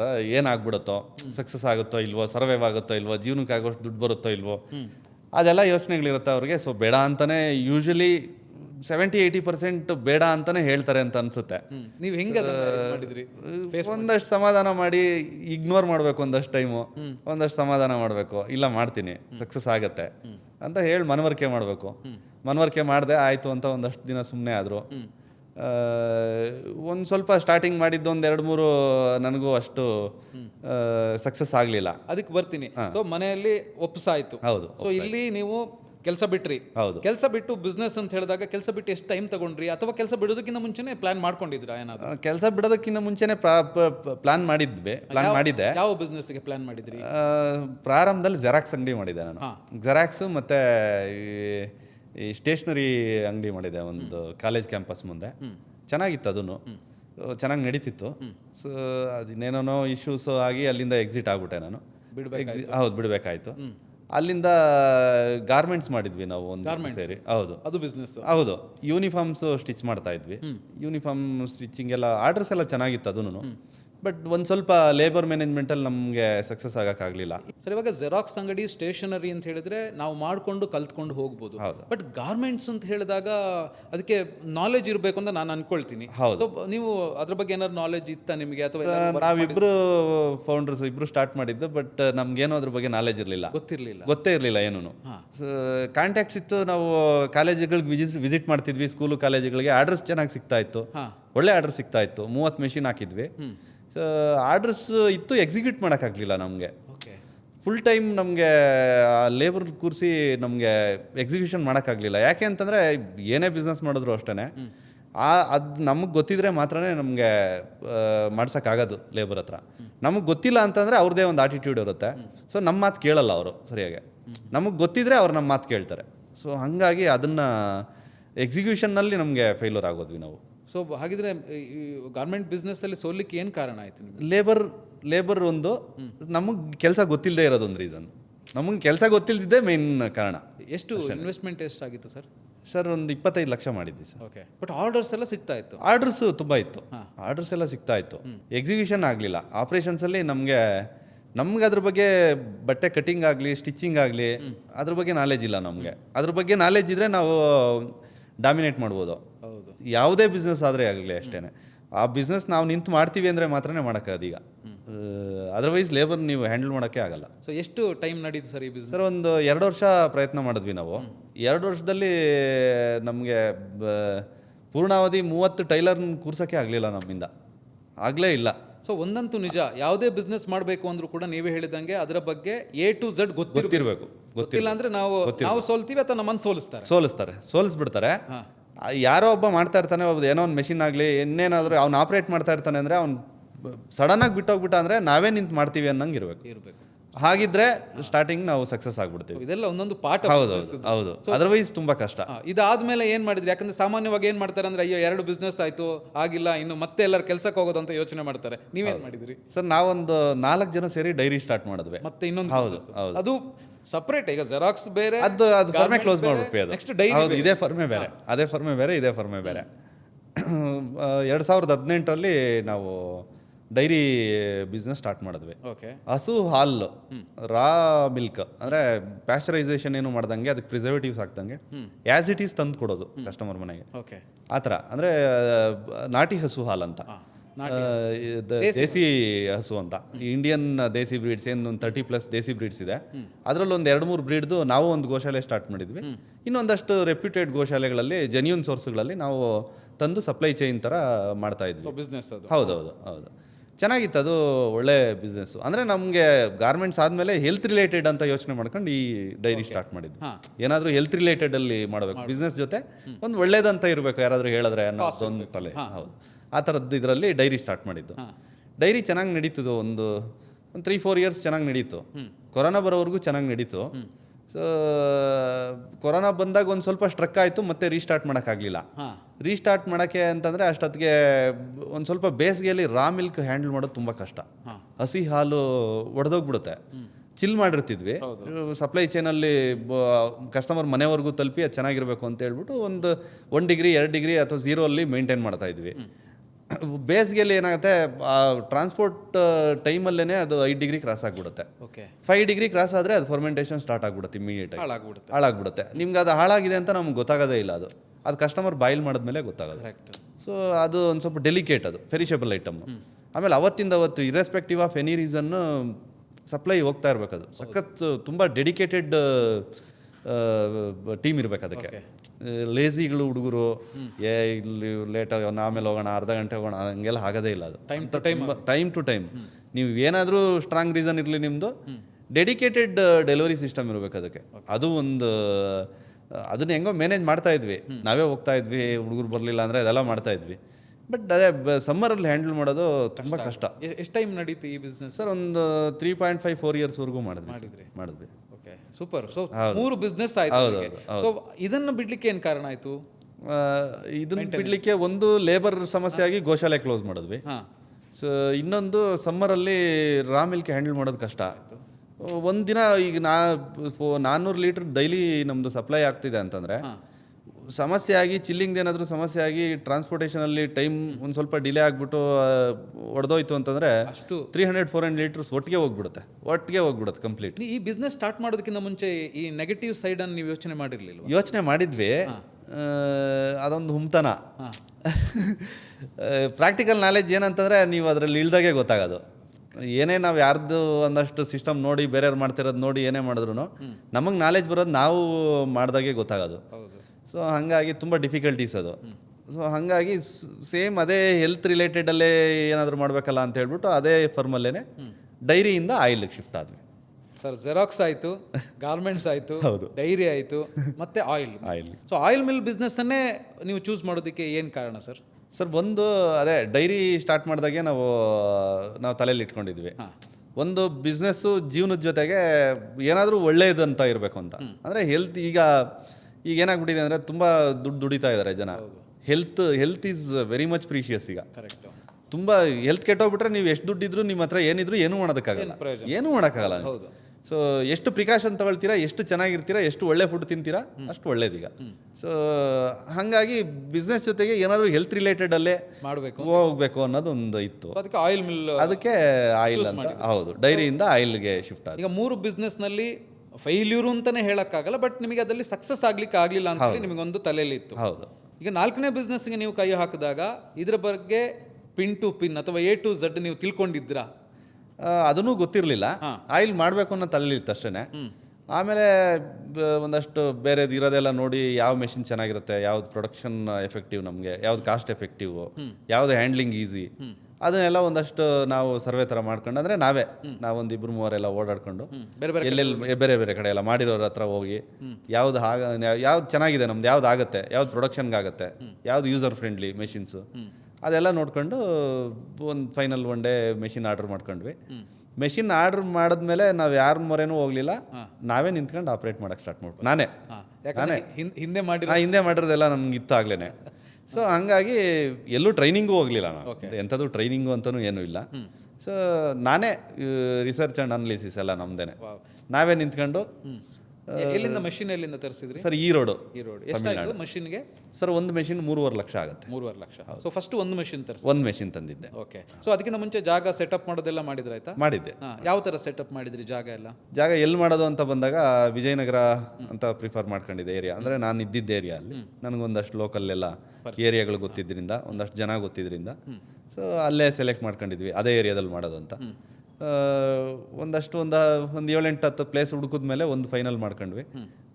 ಮಾಡ್ಕೊಂಡು ಮಾಮೂಲಿ ಅಲ್ಲೆಲ್ಲ ಪ್ರೋಸೆಸ್ ಎಲ್ಲ ಅಡ್ವಾನ್ಸು ಅದೆಲ್ಲ ಕಂಪ್ಲೀಟ್ ಮಾಡಿದ್ಮೇಲೆ ಏನೇನು ಇರಬೇಕು ಜಾಗದಲ್ಲಿ. ಈಗ ಯಾರಾದರೂ ಒಂದು ಬಿಸ್ನೆಸ್ಸನ್ನು ಸ್ಟಾರ್ಟ್ ಮಾಡ್ತೇವೆ ಅಂತೇಳಿ ಹೊರಟಾಗ, ಆಯಿಲ್ ಮಿಲ್ ಬಿಸ್ನೆಸ್ಸನ್ನು ಮಾಡ್ತಾರೆ ಅಂತೇಳಿ ಬಂದಾಗ ಆ ಜಾಗದಲ್ಲಿ ಏನೇನು ಇರಬೇಕು ಆ್ಯಕ್ಚುಲಿ ಅಂತ? ಸರ್, ಆಯಿಲ್ ಮಿಲ್ ಮಾಡಬೇಕು ಅಂತಂದರೆ ಒಂದು ಫಸ್ಟ್ ಥಿಂಗ್ ಗ್ರೌಂಡ್ ಫ್ಲೋರಲ್ಲೇ ಇರಬೇಕು. ಫಸ್ಟ್ ಫ್ಲೋರ್ ಎಲ್ಲ ಮಾಡಿದ್ರೆ ಆಗಲ್ಲ. ಸೊ ಅಂದರೆ ಐಟಮ್ ಕಂಟಿನ್ಯೂಸ್ ಎತ್ತಿ ಇಳಿಸೋದಿರುತ್ತೆ. ಸೊ ತುಂಬ ಮ್ಯಾನ್ ಪವರ್ ವೇಸ್ಟ್ ಆಗಿಬಿಡುತ್ತೆ. ಕರೆಕ್ಟು. ಸೊ ಅದಾದಮೇಲೆ ಮೆಕ್ಯಾನಿಕಲ್ ಮೆಷಿನ್ಸು ವೈಬ್ರೇಷನ್ಸ್ ಇರುತ್ತೆ, ಫಸ್ಟ್ ಫ್ಲೋರ್ ಆಗಲ್ಲ, ಎತ್ತೋದು ಆಗಲ್ಲ. ಇನ್ನು ಪವರ್ ಇರಬೇಕು. ಸೊ ಪವರ್ ಅಂತಂದರೆ ಈಗ ಸಿಟಿಲಿ ಯೂಶಲಿ ಯಾರೂ ಪವರ್ ಲೋಡ್ ಜಾಸ್ತಿ ತೊಗೊಂಡ್ರಲ್ಲ. 1 kV ಅಥವಾ 2 kV ತೊಗೊಂಡಿರ್ತಾರೆ. ಒಂದು ಮೆಷಿನ್ ನಿಮಗೆ 5 ಕಿಲೋವ್ಯಾಟಿಂದ ಸ್ಟಾರ್ಟ್ ಆಗುತ್ತೆ, 10 ಕಿಲೋವ್ಯಾಟ್ವರೆಗೂ ಬರುತ್ತೆ ಮೆಷಿನ್ಸು. ಮೋಟರ್ ಕೆಪಾಸಿಟಿ ನಿಮಗೆ 8 ಕಿಲೋವ್ಯಾಟ್ ಅದು 10 ಕಿಲೋವ್ಯಾಟ್ ಮೋಟರ್ ಕೆಪಾಸಿಟಿ ಇದೆ ಅಂದರೆ ನಿಮ್ದು ಲೋಡೂ ಒಂದು 10-12 ಕಿಲೋವ್ಯಾಟ್ ಲೋಡ್ ಇರಬೇಕು. ಇಲ್ಲಾಂದರೆ ಪೆನಾಲ್ಟಿ ಆಗ್ತಾರೆ ಬೆಸ್ಕಾಮಿಂದ. ಲೋಡ್ ಸ್ಯಾಂಕ್ಷನ್ ಮಾಡಿಸ್ಕೊಳ್ಳೋದಕ್ಕೆ ಒಂದಷ್ಟು ಟೈಮ್ ತೊಗೊಳ್ತಾರೆ ಬೆಸ್ಕಾಮಲ್ಲಿ. ಪವರ್ ಆದಮೇಲೆ ಬಿಲ್ಡಿಂಗ್ ಗ್ರೌಂಡ್ ಫ್ಲೋರಲ್ಲಿ ಇರಬೇಕು. ಮತ್ತು ಮಿನಿಮಮ್ ಸ್ಕ್ವೇರ್ ಫೀಟ್ ರೆಸಿಡೆನ್ಷಿಯಲ್ ಏರಿಯಾದಲ್ಲಿ ಅಂದರೆ ನಿಮ್ಗೆ ಫ್ಲೋಟಿಂಗ್ ಕ್ರೌಡ್ ಎಕ್ಸ್ಪೆಕ್ಟ್ ಮಾಡ್ತೀರಾ ಕೌಂಟರ್ ಸೇಲ್ಸು ಅಂತಂದರೆ ಒಂದು ತಕ್ಕಮಟ್ಟಿಗೆ ಮೈನ್ ರೋಡಲ್ಲಿ ಇರಬೇಕು, ಇಲ್ಲಾಂದರೆ ಜನಕ್ಕೆ ಗೊತ್ತಾಗಲ್ಲ. ಹೌದು. ಸೊ ತುಂಬ ಇಂಟೀರಿಯರ್ ಇದ್ದರೆ ಜನಕ್ಕೆ ಗೊತ್ತಾಗೋದಿಲ್ಲ. ಕರೆಕ್ಟ್. ಸೊ ಆಮೇಲೆ ತುಂಬ ರೆಸಿಡೆನ್ಷಿಯಲ್ ಏರಿಯಾ ಇದೆ ಅಂದರೆ ಗಾಡಿಗಳು ಬರ್ತಾ ಇರುತ್ತೆ, ಹೋಗ್ತಾ ಇರುತ್ತೆ, ಒಂದಷ್ಟು ಸೌಂಡ್ ಇರುತ್ತೆ. ಕರೆಕ್ಟ್. ತುಂಬ ಸೌಂಡ್ ಇಲ್ಲ ಅಂದರೂ ಒಂದು ಸ್ವಲ್ಪ ಇರುತ್ತೆ, ಅಕ್ಕಪಕ್ಕ ಅವಾಗ ತೊಂದರೆ ಆಗುತ್ತೆ. ಹೌದು, ಅದು. ಆಮೇಲೆ ಜಾಗ ಎಷ್ಟಿರಬೇಕು ಸರ್? ಈಗ ನೀವು ಜಾಗ ಒಂದು ಮೆಷಿನ್ ಅಂತ ಆದ್ರೆ ಎಷ್ಟು ಬೇಕು? ಒಂದು ಮೆಷಿನ್ ಅಂತ ನೀವು ಸ್ಟಾರ್ಟ್ ಮಾಡ್ತೀರಾ, ಒಂದೇ ಮೆಷಿನ್ ಚಿಕ್ಕದಾಗಿ ಪ್ಲಾನ್ ಮಾಡ್ತೀರಾ ಅಂತಂದರೆ ಒಂದು 500ರಿಂದ 600 ಸ್ಕ್ವೇರ್ ಫೀಟ್ ಇದ್ದರೆ ಆಗುತ್ತೆ. ಒಂದು ನೀವು ಆಮೇಲೆ ಎಕ್ಸ್ಪ್ಯಾಂಡ್ ಮಾಡ್ತೀರಾ, ಒಂದು ಸ್ವಲ್ಪ ಬಿಸ್ನೆಸ್ ಜಾಸ್ತಿ ಆದಂಗೆ ಒಂದು 2-3 ಮೆಷಿನ್ ಹಾಕ್ತೀರಾ ಅಂತಂದರೆ ಒಂದು 1000ರಿಂದ 1200 ಸ್ಕ್ವೇರ್ ಫೀಟ್ ಇರಬೇಕಾಗತ್ತೆ. ಓಕೆ, 1200 ಹೌದು, ಸ್ಕ್ವೇರ್ ಫೀಟ್ ಅಷ್ಟು ಬೇಕಾಗುತ್ತೆ. ಓಕೆ. ಫಾರ್ ಎಕ್ಸಾಂಪಲ್ ಈಗ ನೀವು ಒಂದು ಮಷೀನಿಂದ ಸ್ಟಾರ್ಟ್ ಮಾಡಿದ್ರಿ, ಸೊ ಆ ಒಂದು ಮಷೀನು ಪ್ಲಸ್ಸು ರೆಂಟು ಅಥವಾ ಅವ್ರಿಗೆ ಕೊಡುವಂಥ ಅಡ್ವಾನ್ಸು ಆಮೇಲೆ ರಾ ಮೆಟೀರಿಯಲ್ಸ್ ಇದೆಲ್ಲ ಸೇರಿದಾಗ ಒನ್ ಟೈಮ್ ಇನ್ವೆಸ್ಟ್ಮೆಂಟ್ ಅಂತ ಹೇಳಿದ್ರೆ ಎಷ್ಟು ಬೇಕಾಗುತ್ತೆ ಸರ್ ಒಮ್ಮೆಗೆ? ಒಂದೇ ಮೆಷಿನಿಂದ ಮಾಡೋದಿದ್ರೆ 600 ಸ್ಕ್ವೇರ್ ಫೀಟಲ್ಲಿ ಒಂದು ಮೆಷಿನ್ ಅಂತಂದರೆ ಒಂದು 3ರಿಂದ 3.5 ಲಕ್ಷ ಆಗುತ್ತೆ. ಒಂದು 500-600 ಸ್ಕ್ವೇರ್ ಫೀಟ್ಗೆ ಒಂದು ಅಡ್ವಾನ್ಸ್ ಅಂದರೆ ಒಂದು 3 ಲಕ್ಷ, 2.5-3 ಲಕ್ಷ, 4 ಲಕ್ಷ, ಅದು ಏರಿಯಾ ಯಾವ ಏರಿಯಾದಲ್ಲಿ ಮಾಡ್ತೀವಿ ಅನ್ನೋದ್ರ ಮೇಲೆ ಹೋಗ್ಬೋದು. ಒಂದು 3 ಲಕ್ಷ ಅಂತ ಕನ್ಸಿಡರ್ ಮಾಡಿದ್ರೆ 3 ಲಕ್ಷ ಅಡ್ವಾನ್ಸು, ಒಂದು 3.5 ಲಕ್ಷ ಮೆಷಿನ್ ಅಂದರೆ 6.5 ಲಕ್ಷ ಆಗುತ್ತೆ. ಒಂದಷ್ಟು ಮಿನಿಮಮ್ ಫರ್ನಿಚರ್ಸು, ಒಂದಷ್ಟು ಬಿಲ್ಲಿಂಗ್ ಕೌಂಟ್ರು ಎಲ್ಲ ಸೇರಿದ್ರೆ ಒಂದೂವರೆ ಲಕ್ಷ ಆಗ್ಬೋದು. ಸೊ ಒಂದು 8 ಲಕ್ಷ ಆಯಿತು. ಒಂದು ಮಿನಿಮಮ್ ಒಂದು ಸಿಸ್ಟಮ್ಮು, ಒಂದು ಇನ್ವರ್ಟ್ರ್, UPS, ಸೊ ಅದೇ ಒಂದು ಬಿಲ್ಲಿಂಗ್ ಕೌಂಟ್ರು, ಒಂದಷ್ಟು ಚೇರು, ಒಂದು ಮಿನಿಮಮ್ ಒಂದಷ್ಟು ಫರ್ನಿಚರ್ ಸೆಟ್, 1.5 ಲಕ್ಷ, 1.5 ಲಕ್ಷ ಆಗ್ಬೋದು. 8 ಲಕ್ಷ ಆಯಿತು. 8 ಲಕ್ಷ ಆಯಿತು. ಒಂದಷ್ಟು ಮೆಟೀರಿಯಲ್ಸ್ಗೆ ಸ್ಟಾರ್ಟಿಂಗ್ ಇನ್ವೆಸ್ಟ್ ಮಾಡಬೇಕಾಗತ್ತೆ. ಮೆಟೀರಿಯಲ್ಗೆ ಒಂದು 2-3 ಲಕ್ಷ ಆಗುತ್ತೆ ಒಂದು ಮೆಷಿನ್ಗೆ, ಅಂದರೆ ಒಂದು 3 ಲಕ್ಷದಲ್ಲಿ ಆಗ್ಬೋದು. 11 ಲಕ್ಷ ಆಯಿತು. ಸೊ ಅದು ಬಿಟ್ಟರೆ ಇನ್ನು ಇಂಟರ್ನೆಟ್ಟು, ಪವರ್ದು ಒಂದಷ್ಟು ಆಗುತ್ತೆ. ಪವರ್ ಓನರ್ ಸ್ಯಾಂಕ್ಷನ್ ಮಾಡಿ ಇಟ್ಟಿದ್ರೆ ನಿಮಗೆ ರೆಡಿ ಟು ಅಕ್ವೈರ್. ಇಟ್ಟಿಲ್ಲ, ನೀವೇ ಸ್ಯಾಂಕ್ಷನ್ ಮಾಡಿಸ್ಕೋಬೇಕು ಅಂತಂದರೆ 10 ಕಿಲೋವ್ಯಾಟ್ ಸ್ಯಾಂಕ್ಷನ್ ಮಾಡಿಸ್ಬೇಕಂತಂದರೆ ಈಗ ಒಂದು 2 ಲಕ್ಷ ರೂಪಾಯಿವರೆಗೂ ಆಗ್ಬಿಡುತ್ತೆ. ಅದನ್ನು ಆಗುತ್ತೆ. ಅದು ಸೇರಿದ್ರೆ ಅಲ್ಲಿಗೆ 13 ಲಕ್ಷ ಆಯಿತು. ಇನ್ನೊಂದಷ್ಟು ಬಫರ್ ಒಂದು 2-3 ಲಕ್ಷ ಬಫರ್ ಅಂತ ಇಟ್ಕೊಂಡ್ರೆ ಒಂದು 15 ಲಕ್ಷ ರಫ್ ಆಗಿ ಆಗ್ಬೋದು. ಸೊ ಇದಕ್ಕೆ ರಾ ಮೆಟೀರಿಯಲ್ಸು ಬರುತ್ತಾ? ಅದೇ ರಾ ಮೆಟೀರಿಯಲ್ಸ್ದು ಒಂದು 3 ಲಕ್ಷ ಹೇಳಿದೆ ಅದರಲ್ಲಿ. ಒಂದು 15 ಲಕ್ಷ. 15 ಲಕ್ಷ ಒಂದು ಮಷಿನ್ ಇಟ್ಕೊಂಡು ಒಂದು ಮೆಷಿನಲ್ಲಿ ಸ್ಟಾರ್ಟ್ ಮಾಡೋದು. ನೀವು ಸ್ಟಾರ್ಟ್ ಮಾಡಿದಾಗ ನಿಮಗೂ ಅಷ್ಟಾಗಿತ್ತು. ನಂದೊಂದು ಸ್ವಲ್ಪ ಅಡ್ವಾನ್ಸ್ ಜಾಸ್ತಿ ಇತ್ತು, ಒಂದು 20 ಲಕ್ಷ ಆಗಿತ್ತು. ಸರ್, ಇವಾಗ ಒಂದು ಮಷೀನಿಂದ ಸ್ಟಾರ್ಟ್ ಮಾಡಿದ್ರೆ ಒಂದು 15ರಿಂದ 20 ಲಕ್ಷದವರೆಗೆ ಬೇಕಾಗುತ್ತೆ ಅಲ್ವಾ? ಈಗ ನಾವು ಅದನ್ನೇ ಮಷಿನ್ ಜಾಸ್ತಿ ಮಾಡ್ತೀವಿ ಅಂತ ಹೇಳಿದ್ರೆ ನೆಕ್ಸ್ಟ್ ಮಷಿನ್ ಕಾಸ್ಟ್ ಬರ್ಬೋದು, ಅದು ಸ್ವಲ್ಪ ಏರಿಯಾ ಜಾಸ್ತಿ ಬೇಕಾಗ್ಬೋದು ಅಲ್ವಾ? ಅದು ಅದನ್ನ ಬಿಟ್ಟರೆ ಮತ್ತೆ ಬೇರೆ ಏನು ಡಿಫ್ರೆನ್ಸ್ ಬರಲ್ಲ ಅಂತ ಅನ್ಸುತ್ತೆ? ಇಲ್ಲ, ಏನು ಡಿಫ್ರೆನ್ಸ್ ಬರಲ್ಲ. ನೀವು ಮೊದಲೇ ಪ್ಲಾನ್ ಮಾಡಿದ್ರೆ ನೀವು ಅಥವಾ 3-4 ಮೆಷಿನ್ ಪ್ಲಾನ್ ಮಾಡ್ತೀರಾ ಅಂದರೆ ಅಕಾರ್ಡಿಂಗ್ಲಿ ನೀವು ಜಾಗ ಪ್ಲಾನ್ ಮಾಡ್ಬೋದು. ಅಥವಾ ಇಲ್ಲ ನಾನು ಸುಮ್ಮನೆ ಸಿಂಪಲ್ ಆಗೇ ಮಾಡ್ತೀನಿ, ಒಂದೇ ಮೆಷಿನ್ ಸಾಕು ನನಗೆ ಅಂತಂದರೆ ಒಂದು 500 ಸ್ಕ್ವೇರ್ ಫೀಟಲ್ಲಿ ಆಗಿಬಿಡುತ್ತೆ. ಈಗ ನಿಮ್ಮ ಹತ್ರ ಎಷ್ಟು ಮಷಿನ್ಸ್ ಇದೆ ಸರ್? ನನ್ನ ಹತ್ರ 4 ಇದೆ. 4 ಇದೆ. ಸೊ ಆ್ಯಕ್ಚುಲಿ ನೀವು ಫಸ್ಟ್ ಒಂದು ಮಷಿನ್ ತರುವಾಗ ಯಾವ ಆಯಿಲನ್ನು ನೀವು ಇದು ಮಾಡಬೇಕು ಅಂತ ಹೊರಟ್ರಿ? ಎಡಿಬಲ್ ಏನೇನು ನ್ಯಾಚುರಲ್ ಆಗಿ ನಾವಿಲ್ಲಿ ಎಕ್ಸ್ಟ್ರಾಕ್ಟ್ ಮಾಡ್ಬೋದು ಅದೆಲ್ಲ ಮಾಡ್ತೀವಿ ನಾವು. ಕಡಲೆ ಬೀಜದ ಎಣ್ಣೆ ಮಾಡ್ತೀವಿ, ಒಣ ಕೊಬ್ಬರಿ ಎಣ್ಣೆ ಮಾಡ್ತೀವಿ, ಸೂರ್ಯಕಾಂತಿ ಬೀಜದ ಎಣ್ಣೆ ಮಾಡ್ತೀವಿ, ಕುಸುಬೆ ಎಣ್ಣೆ ಮಾಡ್ತೀವಿ, ಕರಿ ಎಳ್ಳೆಣ್ಣೆ ಮಾಡ್ತೀವಿ, ಅಗಸೆ ಬೀಜದ ಎಣ್ಣೆ ಮಾಡ್ತೀವಿ, ಬಾದಾಮಿ ಎಣ್ಣೆ ಮಾಡ್ತೀವಿ, ಇಷ್ಟು ಎಡಿಬಲ್ಸ್. ಆಮೇಲೆ ಸಾಸಿವೆ ಮಾಡ್ತೀವಿ, ಇಷ್ಟು ಮಾಡ್ತೀವಿ. ಓಕೆ. ಸೊ ಇದೀಗ ಒಂದು ಮಷಿನ್ ಇದ್ರೂ ಇಷ್ಟು ಮಾಡ್ಬೋದಾ? ಮಾಡ್ಬೋದು. ಕ್ಲೀನ್ ಮಾಡ್ಕೊಂಡು ಎಡಿಬಲ್ ಎಲ್ಲನೂ ಮಾಡ್ಬೋದು ಒಂದೇ ಇದರಲ್ಲಿ. ನಾನ್ ಎಡಿಬಲ್ ಈಗ ಹೇರ್ ಆಯಿಲ್ ಇರುತ್ತೆ ಅಥವಾ ದೀಪದ ಎಣ್ಣೆಗೇನೋ ಮಾಡ್ತಾರೆ, ಅದನ್ನೆಲ್ಲ ಮಾಡಿದ್ರೆ ಕಹಿ ಬರುತ್ತೆ ಅಥವಾ ಗಲೀಜಾಗುತ್ತೆ ಮೆಷಿನ್. ಎಡಿಬಲ್ ಎಲ್ಲನೂ ಒಂದೇ ಮೆಷಿನಲ್ಲಿ ಮಾಡ್ಬೋದು. ಈಗ ಕ್ಲೀನ್ ಮಾಡ್ಕೊಂಡು ಮಾಡ್ಬೋದು. ಈಗ 4 ಮಷಿನಲ್ಲೂ ಕೂಡ ನೀವು ಎಡಿಬಲ್ ಮಾಡ್ಬೋದು. ಹೌದು, ಮಾಡ್ತೀವಿ. ಒಂದೇ ಮಷಿನ್ ಇದ್ರೂ ಕೂಡ ನೀವು ಇಷ್ಟನ್ನ ಯೂಸ್ ಮಾಡ್ಬೋದು. ಒಂದು ಸರ್ತಿ ಈಗ ಫಾರ್ ಎಕ್ಸಾಂಪಲ್ ತೆಂಗಿನಕಾಯಿ ಅಥವಾ ತೆಂಗಿನ ಎಣ್ಣೆ ಮಾಡಿದ್ಮೇಲೆ, ಕೊಕೊನಟ್ ಆಯಿಲ್ ಮಾಡಿದ್ಮೇಲೆ, ಸೊ ಅದನ್ನ ಕ್ಲೀನ್ ಮಾಡಿ ಮತ್ತೆ ಇನ್ನೊಂದು, ಹೌದು, ಒಳಗಡೆ ರೆಸಿಡ್ಯೂ ಎಲ್ಲ ಇರುತ್ತೆ, ಆಯಿಲ್ ಬಂದಾದ್ಮೇಲೆ ಉಳಿದಿರೋದು, ಅದನ್ನೆಲ್ಲ ತೆಗೆದಾಕೋಬಿಟ್ಟು ನೀಟಾಗಿ ಕ್ಲೀನಾಗಿ ಒರೆಸ್ಕೊಂಡು ಕ್ಲೀನ್ ಮಾಡ್ಕೊಂಡು ಬೇರೆ ಮೆಟೀರಿಯಲ್ ಹಾಕ್ಬೋದು. ಈಗ 4 ಮಷಿನ್ ಅಂತ ಹೇಳಿದ್ರೆ ಟೋಟಲ್ ಇನ್ವೆಸ್ಟ್ಮೆಂಟ್ ಎಷ್ಟಾಗಿರ್ಬೋದು ಸರ್ ನಿಮಗೆ? ಈಗ ನಾನು ಸ್ಟಾರ್ಟಿಂಗ್ ಇನ್ವೆಸ್ಟ್ ಮಾಡಿದ್ದು ಲೋನು ಎಲ್ಲ ಸೇರಿದ್ರೆ ಒಂದು 35 ಲಕ್ಷ ಆಗಿದೆ ಸರ್. ಸೊ ಒಂದು ಮಷಿನ್ ಇದ್ರೆ 15ರಿಂದ 20 ಲಕ್ಷ ಬೇಕು. ನೀವು 4 ಮಷಿನ್ ಅಂತ ಹೇಳಿದ್ರೆ ಅದೊಂದು 30ರಿಂದ 35 ಲಕ್ಷ ಬೇಕಾಗುತ್ತೆ. ಈಗ ತುಂಬಾ ಜನಕ್ಕೆ ಒಂದು ಮಷಿನ್ ನಾನು ಸ್ಟಾರ್ಟ್ ಮಾಡ್ತೀನಿ ಅಂತ ಹೊರಡ್ತಾರೆ. ನೀವು ಹೇಳಿದಂಗೆ 15 ಲಕ್ಷ ಅಂತೂ ಮಿನಿಮಮ್ ಬೇಕೇ ಬೇಕಾಗುತ್ತೆ. ಆ 15 ಲಕ್ಷವನ್ನ ಕೂಡ ಸೇರಿಸುವಂಥ ಕೆಪಾಸಿಟಿ ಅವ್ರ ಹತ್ರ ಇರಲ್ಲ. ಸೊ ಇದಕ್ಕೆ ಸರ್ಕಾರದಿಂದ ಏನಾದ್ರು ಸಪೋರ್ಟ್ ಸಿಗುತ್ತಾ ಅಥವಾ ಲೋನ್ ಏನಾದ್ರು ತಗೊಳ್ಳಿಕ್ಕಾಗತ್ತಾ, ಹೆಂಗೆ ಅಂತ? ಲೋನ್ಸ್ ಇದೆ ಸರ್. ಈಗ ಗೌರ್ಮೆಂಟಿಂದ ಇದು ನಾನು ಲೋನ್ ತೊಗೊಂಡಿದ್ದೀನಿ, PMFME ಅಂತ. Okay. So Pradhan Mantri formalisation of small and micro enterprises ಅಂತ ಅದೊಂದು scheme PMFME. PMFME. So any food processing units, ಇದು ಆಯಿಲ್ಗೆ ಅಂತಲ್ಲ, ಫುಡ್ ಪ್ರೊಸೆಸಿಂಗಲ್ಲಿ ನೀವು ಯಾವುದಾದ್ರು ಏನಾದರೂ ಮಾಡಿ ಅದಕ್ಕೆಲ್ಲನೂ ಈ ಸ್ಕೀಮಲ್ಲಿ ಲೋನ್ ಸಿಗುತ್ತೆ. ಅಂದ್ರೆ ಈಗ ನೀವು ಆಯಿಲ್ ಮಾಡ್ತಾ ಇದ್ದೀರಾ, ಹೌದು. ಸೊ ಉಪ್ಪಿನಕಾಯಿ ಮಾಡೋರು ಮಾಡ್ಬೋದು. ಅಥವಾ ಹಪ್ಪಳ ಇನ್ನೇನು ಮಾಡೋದು ಮಾಡ್ಬೋದು. ಏನು ಬೇಕಾದರೂ ಮಾಡ್ಬೋದು. ಎಲಿಜಿಬಿಲಿಟಿ ಏನು ಸರ್ ಈ ಲೋನಿಗೆ ಅಪ್ಲೈ ಮಾಡಬೇಕು ಅಂತ ಹೇಳಿದ್ರೆ? ಸರ್ ಗೌರ್ಮೆಂಟ್ ಇನ್ಸ್ಟ್ರಕ್ಷನ್ಸ್ ಏನಂತಂದ್ರೆ ವಿತೌಟ್ GST ವಿತೌಟ್ ITನೂ ನೀವು ಕೊಡಿ ಅಂತಾನೆ ಗೌರ್ಮೆಂಟ್ ಹೇಳಿರೋದು. ಬಟ್ ಬ್ಯಾಂಕ್ಸ್ ಏನಂತಂದ್ರೆ ಅವ್ರದ್ದು ಸೇಫರ್ ಸೈಡ್ಗೆ ಒಂದಷ್ಟು ಮಿನಿಮಮ್ ಡಾಕ್ಯುಮೆಂಟೇಶನ್ ಕೇಳ್ತಾರೆ. ಏನೇನು ಕೇಳ್ತಾರೆ? ಏನಂದ್ರೆ ಈಗ ಮಿನಿಮಮ್ ಒಂದು GST ರಿಜಿಸ್ಟ್ರೇಷನ್ ಕೇಳ್ತಾರೆ, ಓಕೆ, IT ಕೇಳ್ತಾರೆ. ಕೆಲವು ಬ್ಯಾಂಕ್ಗಳಲ್ಲಿ ವಿತೌಟ್ ITನೂ ಕೊಟ್ಟಿದ್ದಾರೆ, ಕೆಲವು ಕಡೆ IT ಕೇಳ್ತಾರೆ. ಅಂದ್ರೆ ಇವರು ಒಂದು 2 ವರ್ಷ ಸಸ್ಟೈನ್ ಆಗಿದ್ದಾರೆ, ಕಟ್ತಾರೆ ಅನ್ನೋದು ಅವ್ರಿಗೊಂದು ಗ್ಯಾರಂಟಿಗೆ. ಸೊ ಇನ್ನು GST ಆದಮೇಲೆ ಜಾಗದ್ದೊಂದು ರೆಂಟಲ್ ಅಗ್ರಿಮೆಂಟ್ ಅಥವಾ ಓನ್ ಇದ್ರೆ ಅದಕ್ಕೊಂದು ಡಾಕ್ಯುಮೆಂಟೇಷನ್ನು, ಎಲೆಕ್ಟ್ರಿಸಿಟಿದೊಂದು ಡಾಕ್ಯುಮೆಂಟ್ಸು, ರೆಂಟಲ್ ಅಗ್ರಿಮೆಂಟ್ ಆದಮೇಲೆ GST ಆದಮೇಲೆ personal KYC, Aadhaar, PAN card. Proprietary ಇದ್ದರೆ ಪರ್ಸ್ನಲ್ IT ಇದ್ದರೆ ಪರ್ಸ್ನಲ್ IT ಕೇಳ್ತಾರೆ. ಅದು ಬಿಟ್ಟರೆ ಇನ್ನು ಪಾರ್ಟ್ನರ್ಶಿಪ್ ಇದ್ದರೆ ಪಾರ್ಟ್ನರ್ಶಿಪ್ ಡೀಡು GSTಗೆ ರಿಜಿಸ್ಟರ್ ಮಾಡಿರ್ತಾರೆ, ಅದೊಂದಷ್ಟು ಮಿನಿಮಮ್ ಡಾಕ್ಯುಮೆಂಟೇಷನ್ ಕೇಳ್ತಾರೆ. IT ಇದ್ದರೆ ಒಂದು 2 ವರ್ಷದ IT ಕೇಳ್ತಾರೆ, IT ರಿಟರ್ನ್ಸ್ ಫೈಲ್ ಮಾಡಿದರೆ ಅಷ್ಟೊಂದು ಮಿನಿಮಮ್ ಡಾಕ್ಯುಮೆಂಟೇಷನ್ ಕೇಳ್ತಾರೆ. ಇಲ್ಲಿಗೆ ನಾವು ಆ ಲೋನಿಗೆ ಅಪ್ಲೈ ಮಾಡಬೇಕು ಅಂತ ಹೇಳಿ ನಾವು ಪ್ರಾಜೆಕ್ಟ್ ರಿಪೋರ್ಟು ಅಥವಾ ಪ್ಲಾನ್ ಅದೆಲ್ಲ ಕೊಡಬೇಕಾಗತ್ತಾ? ಹೌದು. ಸರ್ ಈಗ ಪ್ರಾಜೆಕ್ಟ್ ರಿಪೋರ್ಟ್ ಅಂತಂದರೆ ನಿಮ್ಮದೊಂದು ಅಡ್ರೆಸ್ ಡೀಟೇಲ್ಸ್, ಅದರಲ್ಲಿ ಏನೇನಿರುತ್ತೆ ಅಂದರೆ ಒಂದು ಅಡ್ರೆಸ್ ಡೀಟೇಲ್ಸು, ಎಷ್ಟು ಬೇಕು ನಿಮ್ಗೆ ಲೋನು, ಆ ದುಡ್ಡಲ್ಲಿ ನೀವೇನೇನು ಮಾಡ್ತೀರಾ, ಓಕೆ, ಏನೇನಕ್ಕೆ ಯುಟಿಲೈಸ್ ಮಾಡ್ತೀರಾ. ಈಗ ಫಾರ್ ಎಕ್ಸಾಂಪಲ್ ನೀವು ಒಂದು ಮಷಿನ್ ಹೇಳ್ಬೋದಿದ್ರೆ ಯಾವ ಥರ ಹೇಳ್ಬೋದು? ಈಗ ಒಂದು ಮಷಿನ್ ಇಟ್ಕೊಂಡು ನಾನು ಸ್ಟಾರ್ಟ್ ಮಾಡಬೇಕು, ಲೋನಿಗೆ ಅಪ್ಲೈ ಮಾಡಬೇಕು. ಇದು ಹೇಗೆ ಅಂದರೆ ಬ್ಯಾಂಕ್ಗಳು ಟರ್ಮ್ ಲೋನ್ ಅಂತ ಡಿಸೈಡ್ ಮಾಡೋದು. ಇದನ್ನು ಅವ್ರು ಹೇಳೋದು ಟರ್ಮ್ ಅಂತಂದರೆ ನಿಮಗೆ ಏನು ನೀವು ಲೋನ್ ಕೇಳ್ತೀರಾ ನಿಮ್ಮ ಅಕೌಂಟು ಕೊಡಲ್ಲ ಇದು. ಇದು ಹೇಗೆ ಅಂತ ಜನ ಅದನ್ನೇ ಎಕ್ಸ್ಪೆಕ್ಟ್ ಮಾಡ್ತಾರೆ. 10 ಲಕ್ಷ ನಾನು ಲೋನ್ ತಗೊಳ್ತೀನಿ ಅಂದರೆ 10 ಲಕ್ಷ ನನ್ನ ಅಕೌಂಟು ಕೊಟ್ಬಿಡ್ಬೇಕು, ಸೊ ನಾನೇನಾದರೂ ಮಾಡ್ಕೊಳ್ತೀನಿ. ಸೊ ಹಂಗಲ್ಲ ಇದು. ಈಗ ನಂದು ಹೇಗೆ ಅಂತಂದರೆ ಮೆಷಿನರಿ ಲೋನ್ ಅಂತ ಇವ್ರು ಕೊಡೋದು, ಅಂದರೆ ಮಿಸ್ಯೂಸ್ ಆಗಬಾರ್ದು ಅಂತ. ಕರೆಕ್ಟ್. ಸೊ ಏನು ನೀವು ಎಷ್ಟಾದರೂ ಪ್ರಾಜೆಕ್ಟ್ ಇರುತ್ತೆ, ಅಪ್ ಟು 30 lakhs ನಿಮಗೆ ಸಬ್ಸಿಡಿ ಸಿಗುತ್ತೆ. ಎಬವ್ 30 lakhs ಹೋದರೆ ನಮ್ಗೆ ಸಬ್ಸಿಡಿ ಸಿಗಲ್ಲ, ಬಟ್ ಲೋನ್ ಕೊಡ್ತಾರೆ. ಅದ್ರ ಮೇಲೂ ಲೋನ್ ಕೊಡ್ತಾರೆ. ಲೋನ್ ಎಷ್ಟುವರೆಗೆ ಕೊಡ್ತಾರೆ? ಲೋನು 1 crore 1.5 crore ಕೊಡ್ತಾರೆ ಪ್ರಾಜೆಕ್ಟ್ ರಿಪೋರ್ಟ್ ಮೇಲೆ. ಹೌದೌದು. ಬಟ್ ಸಬ್ಸಿಡಿ ಸಿಗೋದು ನಿಮಗೆ 30 lakhs ಮಾತ್ರ. 30 lakhs ಮಾತ್ರ. ಸೊ ಮೋಸ್ಟ್ಲಿ 30 ಮೇಲೆ ಹೋದರೆ ಅವರು ಒಂದು ಕೊಲಾಬ್ರೇಷನ್ ಕೇಳ್ಬೋದು, ಐಪತಿಕೇಶನ್ ಏನಾದರೂ ಕೇಳ್ಬೋದೇನೋ. ಬ್ಯಾಂಕ್ಸು ನನಗೆ ಅಷ್ಟು ಐಡಿಯಾ ಇಲ್ಲ. ಓಕೆ, 30 lakhs ನಿಮಗೆ ವಿತೌಟ್ ಕೊಲಾಬ್ರೇಷನ್ ಕೊಡ್ತಾರೆ, ವಿತೌಟ್ ಐಪತಿಕೇಶನ್ ಕೊಡ್ತಾರೆ, ಏನೂ ಇಲ್ಲ. ಈ ರಿಪೋರ್ಟ್ ಅಂತ ಹೇಳಿ ಬಂದಾಗ ಯಾವ ಥರ ರಿಪೋರ್ಟ್? ರಿಪೋರ್ಟ್ ಅಂತಂದರೆ ನಿಮ್ಮದು ಅದರಲ್ಲಿ ಯಾವ ಪ್ಲೇಸಲ್ಲಿ ನೀವು ಮಾಡ್ತಿದ್ದೀರಾ. ಅಲ್ಲ, ನೀವು ಇದನ್ನು ಹೇಳ್ತಾ ಇದ್ದೀರಿ ಕರೆಕ್ಟ್. ಈಗ ಅಕೌಂಟ್ಗೆ ಈಗ 10 ಲಕ್ಷ ಬೇಕು, 15 ಲಕ್ಷ ಬೇಕು ಅಂದ್ರೆ ಅಕೌಂಟಿಗೆ ಬರಲ್ಲ. ಅವ್ರು ಏನು ಮಾಡ್ತಾರೆ ಅದನ್ನ? ಅದೇ ನೀವು ಹೇಗೆ ಅಂತಂದ್ರೆ ಈಗ ಪ್ರಾಜೆಕ್ಟ್ ರಿಪೋರ್ಟಲ್ಲಿ ಮೆನ್ಷನ್ ಮಾಡಿರ್ತೀವಿ. ಈಗ ನಂದು ಹೇಳೋದ್ರೆ ನಾನು 14 ಲಕ್ಷ ತೊಗೊಂಡಿದ್ದೀನಿ ಲೋನ್. 14 ಲಕ್ಷ ಅಂದರೆ ನಾನು ಮುಂಚೆ ಆಲ್ರೆಡಿ ಯೂನಿಟ್ ಇದ್ದಿದ್ದರಿಂದ ನಾನು ವರ್ಕಿಂಗ್ ಕ್ಯಾಪಿಟಲ್ ತೊಗೊಂಡಿಲ್ಲ. ನಿಮ್ಗೆ ವರ್ಕಿಂಗ್ ಕ್ಯಾಪಿಟಲ್ ಬೇಕಾದ್ರೆ ಕೊಡ್ತಾರೆ, ಒಂದು ಸ್ವಲ್ಪ ಕೊಡ್ತಾರೆ, ಒಂದು 20-25% 30%ವರೆಗೂ ವರ್ಕಿಂಗ್ ಕ್ಯಾಪಿಟಲ್ ಅಂತ ಕೊಡ್ತಾರೆ. ವರ್ಕಿಂಗ್ ಕ್ಯಾಪಿಟಲ್ ನಿಮ್ಮ ಅಕೌಂಟಿಗೆ ಬರುತ್ತೆ. ಮೆಷಿನರಿ ಅಂತ ಏನು ತೊಗೊಳ್ತೀರಾ ನಮಗೆ ಬರಲ್ಲ, ಅದನ್ನು ನಾವು ಸಪ್ಲೈಯರ್ ಡೀಟೇಲ್ಸ್ ಕೊಡಬೇಕು.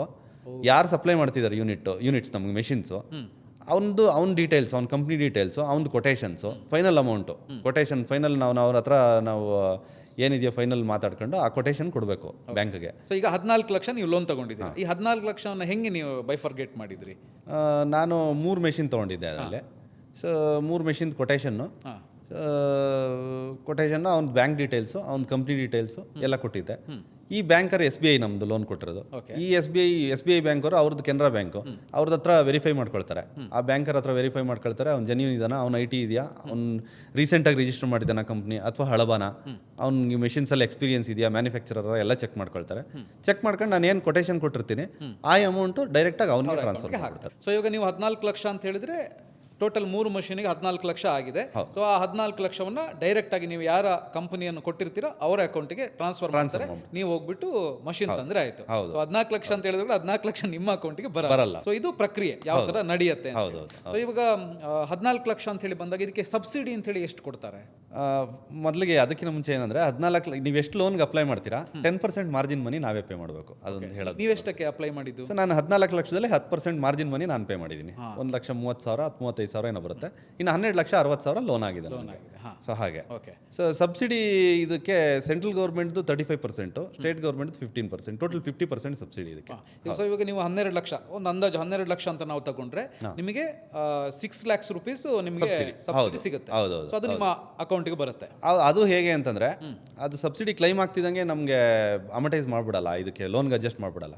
ಅದೊಂದು FD ಥರ ಇಟ್ಕೊಂಡಿರ್ತಾರೆ ಬ್ಯಾಂಕ್ ಅವರು ಸೇಫರ್ ಸೈಡ್ಗೆ. ಅಂದರೆ ನಾನು ಡಿಫಾಲ್ಟರ್ ಆಗಿಬಿಟ್ರೆ ಅದ್ರಲ್ಲಿ ಅಡ್ಜಸ್ಟ್ ಮಾಡ್ಕೊಬಿಡ್ತಾರೆ. Correct correct. ಸೊ ನನ್ನ EMI ಏನು ಫುಲ್ ಟರ್ಮ್ಗೆ EMI ಕಟ್ತಾ ಇರ್ತೀನಿ. ಹೌದು. ಸೊ ಅದು ನಾನು ಅರ್ಧ ತೀರಿಸಿದ ಮೇಲೆ ಅದನ್ನು ಅಡ್ಜಸ್ಟ್ ಮಾಡಿಬಿಟ್ಟು ಲೋನ್ ಕ್ಲೋಸ್ ಮಾಡ್ತಾರೆ. ಹಾಗೆ ಸೂಪರ್ ಸರ್. ಯಾಕಂದ್ರೆ ಪ್ರತಿಯೊಬ್ಬರಿಗೂ ಅರ್ಥ ಆಗಲಿ ಅನ್ನೋ ಕಾರಣಕ್ಕೆ ನಿಮ್ಮದೇ ಎಕ್ಸ್ಪೀರಿಯನ್ಸ್ ಅನ್ನು ನಾನು ತಗೊಂಡೆ. ಓಕೆ ಸರ್, ಇವಾಗ ನೀವು ಒಂದು ಮಷೀನ್ ಇಂದ ಸ್ಟಾರ್ಟ್ ಮಾಡಿದ್ರಿ, ಇವತ್ತು ನಿಮ್ಮ ಹತ್ರ ಟೋಟಲ್ 4 ಮಷೀನ್ ಇದೆ ಅಲ್ವಾ? ಆಯಿಲ್ ಮಿಲ್ ಬಿಸ್ನೆಸ್ ಅನ್ನು ನೀವು ಆ ಥರ ರನ್ ಮಾಡ್ತಾ ಇದ್ದೀರಾ.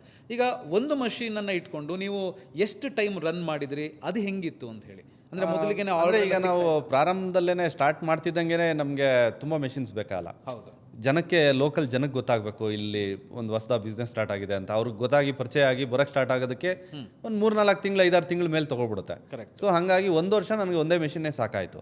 ಒಂದು ಮೆಷಿನಲ್ಲೇ ಫುಲ್ ಟೈಮ್ ಓಡಿಸ್ತಾ ಇದ್ವಿ. ನೀವು ಒಬ್ಬರೇ ಮಾಡ್ತಾ ಇದ್ರಾ? ನನ್ನ ಜೊತೆಗೆ ಒಬ್ಬ ಹುಡುಗ ಇದ್ದ ಪ್ರಾರಂಭ. ಹೌದೌದು, ನಾನು ನನ್ನ ಜೊತೆಗೆ ಒಬ್ಬ ಹುಡುಗ ಇದ್ದ. ಒಂದು ವರ್ಷ ಯಾವ್ದು ಮಾಡ್ತಾ ಇದ್ರಿ ಅವಾಗ? ಎಲ್ಲ ಎಣ್ಣೆಗಳು ಮಾಡ್ತಾ ಇದ್ವಿ. ಎಲ್ಲ ಎಣ್ಣೆಗಳು? ಹೌದೌದು, ಎಲ್ಲ ಅಡುಗೆ ಎಣ್ಣೆಗಳು ಮಾಡ್ತಾ ಇದ್ವಿ. ಸೊ 1 ವರ್ಷ ಆದಮೇಲೆ ನಮಗೆ ಪ್ರೊಡಕ್ಷನ್ ಜಾಸ್ತಿ ಆಗಕ್ಕೆ ಸ್ಟಾರ್ಟ್ ಆದಮೇಲೆ ಅಡಿಷ್ನಲ್ ಬೇಕು ಅಂತ ಆದಾಗ ಲೋನ್ಗೆ ಹೋಗಿದ್ದು ನಾನು. ಕರೆಕ್ಟ್. ಈಗ ಒಂದು ಮಷೀನ್ ಇದ್ದೆ ನಾನು ಕೇಳೋದಿದ್ರೆ, ಸೊ 1 ವರ್ಷ ನೀವು ರನ್ ಮಾಡಿದ್ರಲ್ಲ, ಸೊ ಯಾವ ಎಣ್ಣೆಗೆ ಜಾಸ್ತಿ ಬೇಡಿಕೆ ಇದೆ ಅಂತ ಹೇಳಿಬಿಟ್ಟು ನೀವು ಅದನ್ನು ಪ್ರೊಡ್ಯೂಸ್ ಮಾಡ್ತಾ ಇದ್ರಾ, ಅಥವಾ ಎಲ್ಲವನ್ನ ಪ್ರೊಡ್ಯೂಸ್ ಮಾಡಿ ಆಮೇಲೆ ಅದನ್ನು ಇದು ಮಾಡ್ತಾ ಇದ್ರೆ ಹೆಂಗೆ ಅಂತ? ಪ್ರೊಡಕ್ಷನ್ ಅಷ್ಟೇ, ಎಗೈನ್ ಸೇಲ್ಸ್ ಮೇಲೆ ನಮಗೆ ಯಾವ್ದು ಸೇಲ್ ಜಾಸ್ತಿ ಆಗ್ತಾ ಇರುತ್ತೆ ಅದನ್ನು ಮಾಡ್ತಾ ಇರ್ತೀವಿ. ಇಲ್ಲಿ ಕಡಲೆ ಎಣ್ಣೆನೇ ಜಾಸ್ತಿ ಸೇಲ್ ಆಗೋದು. ಓಕೆ. ಇಲ್ಲಿ ಈ ರೀಜನ್ ಮಿಡ್ಲ್ ಕರ್ನಾಟಕ ಅಂತ ತೊಗೊಂಡ್ರೆ, ಸೌತ್ ಕರ್ನಾಟಕ ಈ ಕೋಸ್ಟಲ್ಲೆಲ್ಲ ಕೊಬ್ಬರಿ ಎಣ್ಣೆ ತಿಂತಾರೆ. ಹೌದು. ನಮ್ಮಲ್ಲಿ ಇಲ್ಲೆಲ್ಲ ಕಡಲೆ ಎಣ್ಣೆನೇ ಜಾಸ್ತಿ ಸೇಲ್ ಆಗೋದು ನಮ್ಮಲ್ಲಿ. ಸೊ ಆಲ್ಮೋಸ್ಟ್ ಒಂದು 60-70% ಕಡಲೆ ಎಣ್ಣೆನೆ ಸೇಲ್ ಆಗೋದು. ಹೌದೌದು. ಸೊ ಅದಕ್ಕೆ ನೀವು ಕಡಲೆ ಎಣ್ಣೆನೇ ಫಸ್ಟ್ ಮಾಡಿ. ಹೌದೌದು. ಅದಾದ್ಮೇಲೆ ಕೋಕೋನಟ್ ಆಯಿಲ್. ಹೌದು ಹೌದು. ಒಂದೊಂದೇ ಬಂದ್ರಿ. ಸೊ ಈಗ ಫಾರ್ ಎಕ್ಸಾಂಪಲ್ ಸರ್, ಈಗ ನೀವು ಸ್ಟಾರ್ಟ್ ಮಾಡಿದ 1 ತಿಂಗಳಲ್ಲಿ ನಿಮ್ಗೆ ಯಾವ ಥರ ರೆವೆನ್ಯೂ ಬಂತು ಅಂತ ಹೇಳಿ? ನನಗೆ ಒಂದು 3ನೇ ತಿಂಗಳಲ್ಲಿ ನಮ್ದು ಯೂನಿಟ್ ಸಸ್ಟೈನ್ ಆಯಿತು ನನಗೆ. ಹೌದು. ಅಂದರೆ ನೀವು ಅದಕ್ಕೆ ಹಾಕಿದ ಬಂಡವಾಳ ಬಂತು ಅಂತನಾ? ಅಂದರೆ ಸಸ್ಟೈನ್ ಆಯಿತು ಅಂದರೆ ನನಗೆ ಅಲ್ಲಿ ಓವರ್ ಹೆಡ್ಸ್ ಕವರ್ ಆಗಂಗೆ ಆಗೋಯ್ತು. ಅಂದರೆ ನಿಮ್ಮ ಕೈಯಿಂದ ಮತ್ತೆ ಕೈಯಿಂದ ಹೋಗಂಗೆ ಆಗಲಿಲ್ಲ. ನನಗೆ 2 ತಿಂಗಳು ನಾನು ಕಟ್ಟಿದೆ ಬಾಡಿಗೆ. 3ನೇ ತಿಂಗಳಿಗೆ ನನಗೆ ಯೂನಿಟ್ ಸಸ್ಟೈನ್ ಆಗೋಯ್ತು. ಸೂಪರ್. ಸೊ 3ನೇ ತಿಂಗಳಿಗೆ ಸಸ್ಟೈನ್ ಆಗಿದ್ದರಿಂದ ನಾನು ಒಂದು ಸ್ವಲ್ಪ ಸೇಫರ್ ಸೈಡ್ ಅಂತಲೇ ಹೇಳ್ಬೋದು. ಯೂಶಲಿ ಏನಂದರೆ ನೀವು ಒಂದು 6-8 ತಿಂಗಳು ಅಥವಾ ಒಂದು 10 ತಿಂಗಳದ್ದು ನೀವು ಬ್ಯಾಕಪ್ ಇಟ್ಕೊಂಡ್ರೆ ಒಳ್ಳೇದು ಅಂತ. ಎಮರ್ಜೆನ್ಸಿ. ಅಷ್ಟು ಬೇಗ ಆಗ್ಬಿಡುತ್ತೆ ಅಂತ ಹೇಳೋಕ್ಕಾಗಲ್ಲ. ಸೊ ಒಂದು 5-6 ಮಂತ್ಸ್ ಆಗಲಿಲ್ಲ ಅಂತಂದ್ರೂ ಕೂತ್ಕೊಳ್ತೀನಿ ಪೇಷಂಟಲ್ಲಿ ಅನ್ನೋ ಒಂದು ಮೆಂಟಾಲಿಟಿಲಿ ಇರಬೇಕು. ಅಲ್ಲ ಈ ತಿಂಗಳು ಸ್ಟಾರ್ಟ್ ಮಾಡಿದೆ ಅಂದರೆ ನೆಕ್ಸ್ಟ್ ತಿಂಗಳೇ ಬಂದ್ಬಿಡುತ್ತೆ ಅಂತ ಹೇಳೋಕ್ಕಾಗೋದಿಲ್ಲ. ಅಲ್ಲ ಯಾಕೆ ಹೇಳಿದೆ ಅಂತ ಹೇಳಿ, ನಿಮಗೆ ಮೊದಲೊಂದು 3 ಬಿಸ್ನೆಸ್ ಮಾಡಿ ಎಕ್ಸ್ಪೀರಿಯನ್ಸ್ ಇದ್ದಿದ್ರಿಂದ ನೋಡೋಣ ಯಾಕಾಗಲ್ಲ ಅಂತ ಹೇಳಿ ಅಲ್ವಾ? 3 ತಿಂಗಳಲ್ಲಿ ಯೂನಿಟ್ ಸಸ್ಟೈನ್ ಆಯಿತು. ಯೂನಿಟ್ ಸಸ್ಟೈನ್ ಆಯಿತು, ಓವರ್ ಹೆಡ್ಸ್ ಕವರ್ ಆಗೋಷ್ಟು ಆಯಿತು. ಪ್ರಾಫಿಟ್ ನೋಡ್ಲಿಕ್ಕೆ ಎಷ್ಟು ತಿಂಗಳಾಯಿತು? ಮೋಸ್ಟ್ಲಿ ಒಂದು 8-10 ತಿಂಗಳಾಯ್ತು ಅನ್ಸುತ್ತೆ ಸರ್. ಪ್ರಾಫಿಟ್ ಒಂದು 8 ತಿಂಗಳಾಯ್ತು ಅನ್ಸುತ್ತೆ ಸರ್. ಎಷ್ಟು ಮೊದಲನೇ ಪ್ರಾಫಿಟ್ ಅಂತ ಹೇಳ್ಬೋದಾ? ಫಿಕ್ಸ್ಡ್ ಪ್ರಾಫಿಟ್ ಅಂತ ಹೇಳೋಕ್ಕಾಗಲ್ಲ sir. Raw material prices fluctuation ಇರೋದ್ರಿಂದ 1 ತಿಂಗಳಿಗೂ ಇನ್ನೊಂದು ತಿಂಗಳಿಗೆ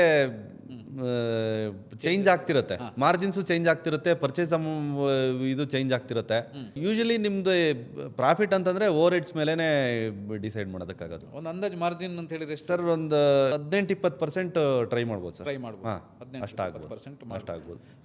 ಅಂದರೆ ನಾವು ಇನ್ವಾಲ್ವ್ ಆಗಿ ಮಾಡಿದ್ರೆ, ತುಂಬ ಲೇಬರ್ ಹಾಕಳ್ದಿದಂಗೆ, ತುಂಬ ವೇಸ್ಟ್ ಮಾಡ್ದಿದಂಗೆ ನಾವು ಇನ್ವಾಲ್ವ್ ಆಗಿ ಮಾಡಿದ್ರೆ 15 ಮೇಲಂತೂ ಮಾಡ್ಬೋದು. Okay sir. ಈಗ ಮಾರ್ಜಿನ್ ಅಂತ ಹೇಳಿದ್ರೆ ನೀವು ಒಂದೇ ತರ ಮಾರ್ಜಿನ್ ಅಂತ ಇಟ್ಕೊಳ್ಳೋಕ್ಕಾಗಲ್ಲ. ಹೌದು. ಬೇರೆ ಆಗ್ತಾನೆ ಏನಂದ್ರೆ ಈಗ ಬಿಲ್ಡಿಂಗ್ ನಮ್ಮ ಸ್ವಂತದ್ದು ಇದೆಯಾ, ನಾವು ಬಾಡಿಗೆ ಕೊಡ್ತಿದೀವ, ಪ್ರಾರಂಭದಲ್ಲಿ ನಾನೇ ನಿಂತು ಮಾಡ್ತೀನಾ ಇಲ್ಲ ಎಲ್ಲಾನು ಲೇಬರ್ ಹತ್ರನೇ ಮಾಡಿಸ್ತೀನಾ, ಅದೆಲ್ಲ ಅದ್ರ ಮೇಲೆ ಮಾರ್ಜಿನ್ ಡಿಪೆಂಡ್ ಆಗುತ್ತೆ. ಬಟ್ ಪ್ರಾಫಿಟೇಬಲ್ ಅಲ್ವಾ? ಹೌದೌದು. ಸೊ ಇವಾಗ ನಿಮಗೆ ಒಂದು ಮಷಿನ್ ಇರುವಾಗ ಪ್ರಾಫಿಟ್ಗೆ 8 ತಿಂಗಳಾಯ್ತು ಅಂತ ಹೇಳಿದ್ರಿ, ಮತ್ತೆ ಅಡಿಷನಲ್ ಆಗಿ 3 ಅಂದ್ರೆ ಟೋಟಲ್ 4 ಮಷಿನ್ ರನ್ ಮಾಡ್ತಾ ಇದ್ದೀರಾ. ಸೊ ಇವಾಗ ಪ್ರಾಫಿಟ್ ಅಂತ ಹೇಳಿ ಬಂದರೆ ಮಾರ್ಜಿನ್ ಯಾವ ಥರ ಇದೆ ಸರ್ ಇವಾಗ? ಸರ್ ಒಂದು 18-20% ಅಂತ. 20% ಹೇಳ್ಕೊಳ್ಬೋದು ಸರ್. ಇವಾಗ ನೀವು ಆಯಿಲ್ ಮಿಲ್ ಬಿಸ್ನೆಸ್ ಸ್ಟಾರ್ಟ್ ಮಾಡಿದಾಗ ಈ ಬಿಸ್ನೆಸ್ಗೆ ನೀವು ಹೊಸಬ್ರೆ, ಮಷೀನು ಸ್ವಲ್ಪ ರಿಸರ್ಚ್ ಮಾಡಿ ತಿಳ್ಕೊಂಡು ಹೋಗಿ ನೋಡಿ ತಗೊಂಬಂದ್ರಿ. ಬಟ್ ರಾ ಮೆಟೀರಿಯಲ್ಸ್ ತುಂಬ ಇಂಪಾರ್ಟೆಂಟ್ ಆಯಿಲ್ ಮಿಲ್ ಬಿಸ್ನೆಸ್ಗೆ. ಸೊ ರಾ ಮೆಟೀರಿಯಲನ್ನು ಹೆಂಗೆ ನೀವು ಇದು ಮಾಡಿದ್ರಿ? ಒಂದು ಸ್ವಲ್ಪ ಡಿಫಿಕಲ್ಟೀಸ್ ಇರುತ್ತೆ ಪ್ರಾರಂಭದಲ್ಲಿ. ಸೊ ಯಾವ್ದೆಲ್ಲಿ ಸಿಗುತ್ತೆ ಅಂತ ಗೊತ್ತಿರಲ್ಲ. ಕರೆಕ್ಟು. ಸೊ ನಾನು ಗೌರಿಬಿದನೂರು ಆದ್ರಿಂದ ನಮ್ಮ ಕಡೆ ಎಲ್ಲ ಕಡಲೆ ಬೀಜ ಬೆಳೀತಿದ್ರು. ಯೂಶಲಿ ಮಧುಗಿರಿ, ಶಿರಾ, ಪಾವಗಡ, ಹಿರಿಯೂರು, ಚಳ್ಳಕೆರೆ ಎಲ್ಲ ನನ್ನ ಏರಿಯಾ ಆಗಿದ್ದರಿಂದ ಕಡಲೆ ಬೀಜದ ಮಿಲ್ಗಳೆಲ್ಲ ಇದೆ ಅಲ್ಲಿ. ಸೊ ಅದೆಲ್ಲ ಗೊತ್ತಿತ್ತು ಸ್ಟಾರ್ಟಿಂಗೇನೆ. ಕೊಬ್ಬರಿ ಎಲ್ಲರಿಗೂ ಗೊತ್ತಿರುತ್ತೆ, ತಿಪ್ಟೂರ್ ಹೆಡ್ ಕ್ವಾರ್ಟರ್ ಅಂತ. ಕಡಲೆ ಬೀಜ, ಕೊಬ್ಬರಿ ಈಸಿ ಸಿಕ್ಬಿಡುತ್ತೆ. ಇನ್ನು ಬೇರೆ ಮೆಟೀರಿಯಲ್ಸ್ ಒಂದು ಸ್ವಲ್ಪ ಡಿಫಿಕಲ್ಟೀಸ್ ಇರುತ್ತೆ. ಸೊ ಒಂದು ಸ್ವಲ್ಪ ಫ್ರೆಂಡ್ ಸರ್ಕಲಲ್ಲಿ ಕೇಳ್ಕೊಂಡು, ಯಾರು ಗೊತ್ತಿರೋರು ಬೇರೆಯವ್ರು ಮಾಡಿರ್ತಾರಲ್ಲ ಆ ಮಿಲ್ಸಲ್ಲಿ ಕೇಳ್ಕೊಂಡು ಒಂದು ಸ್ಟಾರ್ಟಿಂಗ್ ಒಂದು 2-3 ತಿಂಗಳಾಗತ್ತೆ ಇದೆಲ್ಲ ಸ್ಟ್ರೀಮ್ ಲೈನ್ ಆಗೋದಕ್ಕೆ. ಹೌದು. ಒಂದ್ಸರಿ ಸ್ಟ್ರೀಮ್ ಲೈನ್ ಆದರೆ ನೀವು ಜೆನ್ಯೂನು ಪೇಮೆಂಟ್ಸ್ ಕರೆಕ್ಟ್ ಆಗಿದೆ ಅಂತಂದರೆ ಸುಮ್ಮನೆ ಫೋನ್ ಮಾಡಿದ್ರೆ ಲೋಡ್ ಮಾಡ್ತಾರೆ ಆ ಥರ. ಸರ್, ಇವಾಗ ನೀವು ಈಗ ಕೋಕೋನಟ್ ಇರ್ಬೋದು ಅಥವಾ ನೆಲಕಡಲೆ, ಗ್ರೌಂಡ್ ನಟ್ ಇರ್ಬೋದು, ಎಳ್ಳು, ಸಾಸಿವೆ, ಇದನ್ನೆಲ್ಲ ಎಲ್ಲಿಂದ ನೀವೀಗ ಇದು ಮಾಡ್ತೀರಿ, ಪ್ರೊಕ್ಯೂರ್ ಮಾಡ್ತೀರಿ ಅಂತ ಹೇಳಿ?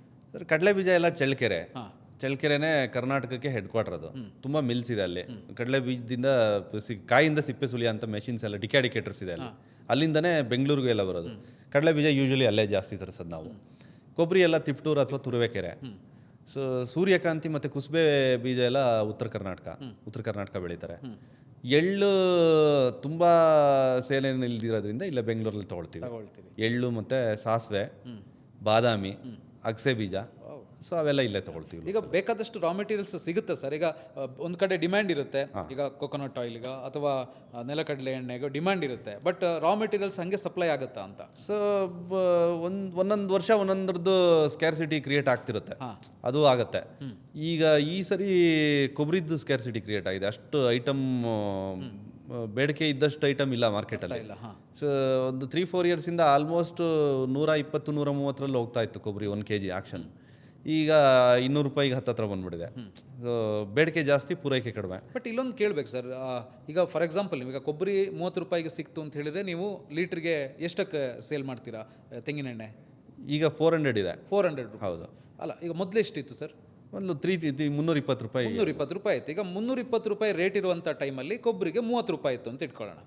ಅದೇ ಕೊಬ್ಬರಿಗೆ ಇವತ್ತು 40 ರೂಪಾಯಿ ಆಗಿ 50-60 ರೂಪಾಯಿ ಆಗಿದೆ. ಬಟ್ ಆ ಟೈಮಲ್ಲಿ ನೀವು ಲೀಟ್ರ್ ಎಣ್ಣೆಯ ಬೆಲೆಯನ್ನು 320 ರೂಪಾಯಿಯಿಂದ ಜಾಸ್ತಿ ಮಾಡ್ತೀರಾ ಅಥವಾ ಅದೇ ರೇಟಿಗೆ ಕೊಡಬೇಕಾಗತ್ತಾ? ಯಾಕಂದರೆ ತೆಂಗಿನಕಾಯಿ ರೇಟ್ ಜಾಸ್ತಿ ಆಗಿದೆ ಅಂತ ಹೇಳೋ ಕಾರಣಕ್ಕೆ ಎಣ್ಣೆ ರೇಟ್ ಇಮಿಡಿಯೇಟ್ ಆಗಿ ಜಾಸ್ತಿ ಮಾಡೋಕ್ಕಾಗತ್ತಾ? ಇಮಿಡಿಯೇಟ್ ಆಗಿ ಜಾಸ್ತಿ ಮಾಡೋದಕ್ಕಾಗಲ್ಲ. ಸೊ 1 or 2 months, 3 monthsವರೆಗೂ ನೋಡಬೇಕಾಗತ್ತೆ. ಪರ್ಚೇಸ್ ಮೆಟೀರಿಯಲ್ ಆಲ್ಮೋಸ್ಟ್ ಫ್ಲಕ್ಚುಯೇಷನ್ಸ್ ಇದ್ದೇ ಇರುತ್ತೆ. ಸೊ ಒಂದು ಮಿನಿಮಮ್ ಬಫರ್ ಅಂತ ಇಟ್ಕೊಂಡಿರ್ತೀವಿ ನಾವು ಕಾಸ್ಟಿಂಗಲ್ಲಿ. ಹೆಂಗೆ ಕ್ಯಾಲ್ಕುಲೇಟ್ ಮಾಡ್ತೀರಾ ಬಫರ್ ಅಂತ ಹೇಳುವಂತ? ಈ ಕಾಸ್ಟಿಂಗ್ ಹೇಗೆ ಮಾಡೋದು ಅಂತಂದರೆ, ಈಗ ನಮ್ದೇನು ಓವರ್ ಹೆಡ್ಸ್ ಇರುತ್ತೆ, monthly overheads, rent, labour, electricity, ಇನ್ನೇನೇನು ಮಿಸ್ಲೇನಿಯಸ್ ಓವರ್ ಹೆಡ್ಸ್ ಇರುತ್ತೆ, ಟೋಟಲ್ ಓವರ್ ಹೆಡ್ಸು, ನಾವು ಎಷ್ಟು ಲೀಟ್ರ್ ಪ್ರೊಡಕ್ಷನ್ ಮಾಡ್ತಾ ಇದೀವಿ ಮಂತ್ಲಿ, ಆ ಓವರ್ ಹೆಡ್ಸ್ 1 ಲೀಟ್ರಿಗೆ ಎಷ್ಟು ಬರುತ್ತೆ ಅನ್ನೋದು ನೋಡ್ಕೊಂಡ್ರೆ ನಮಗೆ ಕಾಸ್ಟಿಂಗ್ ಗೊತ್ತಾಗ್ಬಿಡುತ್ತೆ. ಕಾಸ್ಟಿಂಗ್ ಮೇಲೆ ನಮ್ಗೊಂದು ಮಿನಿಮಮ್ ಮಾರ್ಜಿನ್, ಅದನ್ನ ಒಂದೊಂದು ಆಯಿಲ್ಗೆ ಒಂದೊಂದು ಥರ ನಾವು ಇಟ್ಕೋಬೇಕಾಗತ್ತೆ. ಪ್ರೊಡಕ್ಷನ್ ಟೈಮ್ ಒಂದೊಂದು ಮೆಟಲ್ಗೆ ಒಂದೊಂದು ಥರ ಪ್ರೊಡಕ್ಷನ್ ಟೈಮ್ ಆಗುತ್ತೆ. ಸೊ ಅದ್ರ ಮೇಲೆ ನಾವು ಒಂದು ಸ್ವಲ್ಪ ಬಫರ್ ಇಟ್ಕೊಂಡಿರ್ತೀವಿ, ಒಂದು 20-30 ರೂಪಾಯಿ ಬಫರ್ ಇರುತ್ತೆ. ಬಟ್ ಈ ಥರ ಜಾಸ್ತಿ ಆದಾಗ ಬಫರಲ್ಲಿ ಹೋಗುತ್ತೆ, ಒಂದು ಸ್ವಲ್ಪ ಮಾರ್ಜಿನ್ ಸ್ಯಾಕ್ರಿಫೈಸ್ ಆಗುತ್ತೆ. ಸೊ ಒಂದು 2-3 ತಿಂಗಳು ಹಂಗೆ ಕಂಟಿನ್ಯೂ ಆಗ್ತಾ ಇತ್ತು ಅಂತಂದರೆ ಅವಾಗ ಒಂದು ಸ್ವಲ್ಪ ರಿವೈಸ್ ಮಾಡಬೇಕಾಗತ್ತೆ. ಓಕೆ, ಫಾರ್ ಎಕ್ಸಾಂಪಲ್ ಈಗ ಗ್ರೌಂಡ್ ನಟ್ ಆಯಿಲ್ ಅಂತ ತಗೊಳ್ಳೋದಿದ್ರೆ, ಸೊ 1 kg ಗ್ರೌಂಡ್ ನಟ್ಟಿಗೆ ನಿಮಗೆ ಎಷ್ಟು ಬೀಳುತ್ತೆ sir price? So 1 kg ground nut ಅಂತಂದರೆ ಒಂದು ಸ್ವಲ್ಪ ಮೀಡಿಯಮ್ ಕ್ವಾಲಿಟಿ ಚೆನ್ನಾಗಿರೋ ಸೀಡ್ಸ್ ಇದ್ದರೆ 2.25 2.5 kgಗೆ 1 ಲೀಟ್ರ್ ಎಣ್ಣೆ ಬರುತ್ತೆ. 2.25 kgದಿಂದ 2.5 ಲೀಟರ್ ಚೆನ್ನಾಗಿದ್ರೆ. ಸೊ 2.5 ಲೀಟರ್ ಇದ್ರೆ, ಸೊ 2.5 kg ಇದ್ರೆ 1 ಲೀಟರ್ ಎಣ್ಣೆ ಸಿಗುತ್ತೆ. ಹೌದು. ಸೊ 2.5 kgಗೆ ಎಷ್ಟು ಪೇ ಮಾಡಬೇಕಾಗುತ್ತೆ? ಸೊ ಅದು ಮೆಷಿನ್ ಚೆನ್ನಾಗಿದ್ರೆ, ಮೆಷಿನ್ ಕ್ರಷಿಂಗ್ ಮೆಷಿನ್ ಮೇಲೂ ಡಿಪೆಂಡ್ ಆಗುತ್ತೆ, ಮೆಷಿನ್ ಆಪರೇಟರ್ ಮೇಲೂ ಡಿಪೆಂಡ್ ಆಗುತ್ತೆ. ಸೊ ಅದೆಲ್ಲನೂ ನೋಡ್ಕೊಂಡು ಆವರೇಜ್ ನೀವು ಒಂದು 2.5 kg ಅಂತ ಕನ್ಸಿಡರ್ ಮಾಡಿ. 2.5 kg ಇದ್ರೆ 1 ಲೀಟರ್ ಗ್ರೌಂಡ್ ನಟ್ ಆಯಿಲ್ ಸಿಗುತ್ತೆ. ಹೌದು. 2.5 kgಗೆ ಎಷ್ಟು? ಈ ಪ್ರೆಸೆಂಟ್ ಈಗ ಹೋಲ್ಸೇಲ್ ಕಡಲೆ ಬೀಜ 1 kgಗೆ 95 100 ರೂಪಾಯಿ ಇದೆ. ಚೆನ್ನಾಗಿರೋ ಕಡಲೆ ಬೀಜ 100 ರೂಪಾಯಿ ಅಂತ ತಗೊಂಡ್ರು ನಿಮಗೆ 100 ರೂಪಾಯಿ 250 ರೂಪಾಯಿ 250 ರೂಪಾಯಿ ಆಗುತ್ತೆ.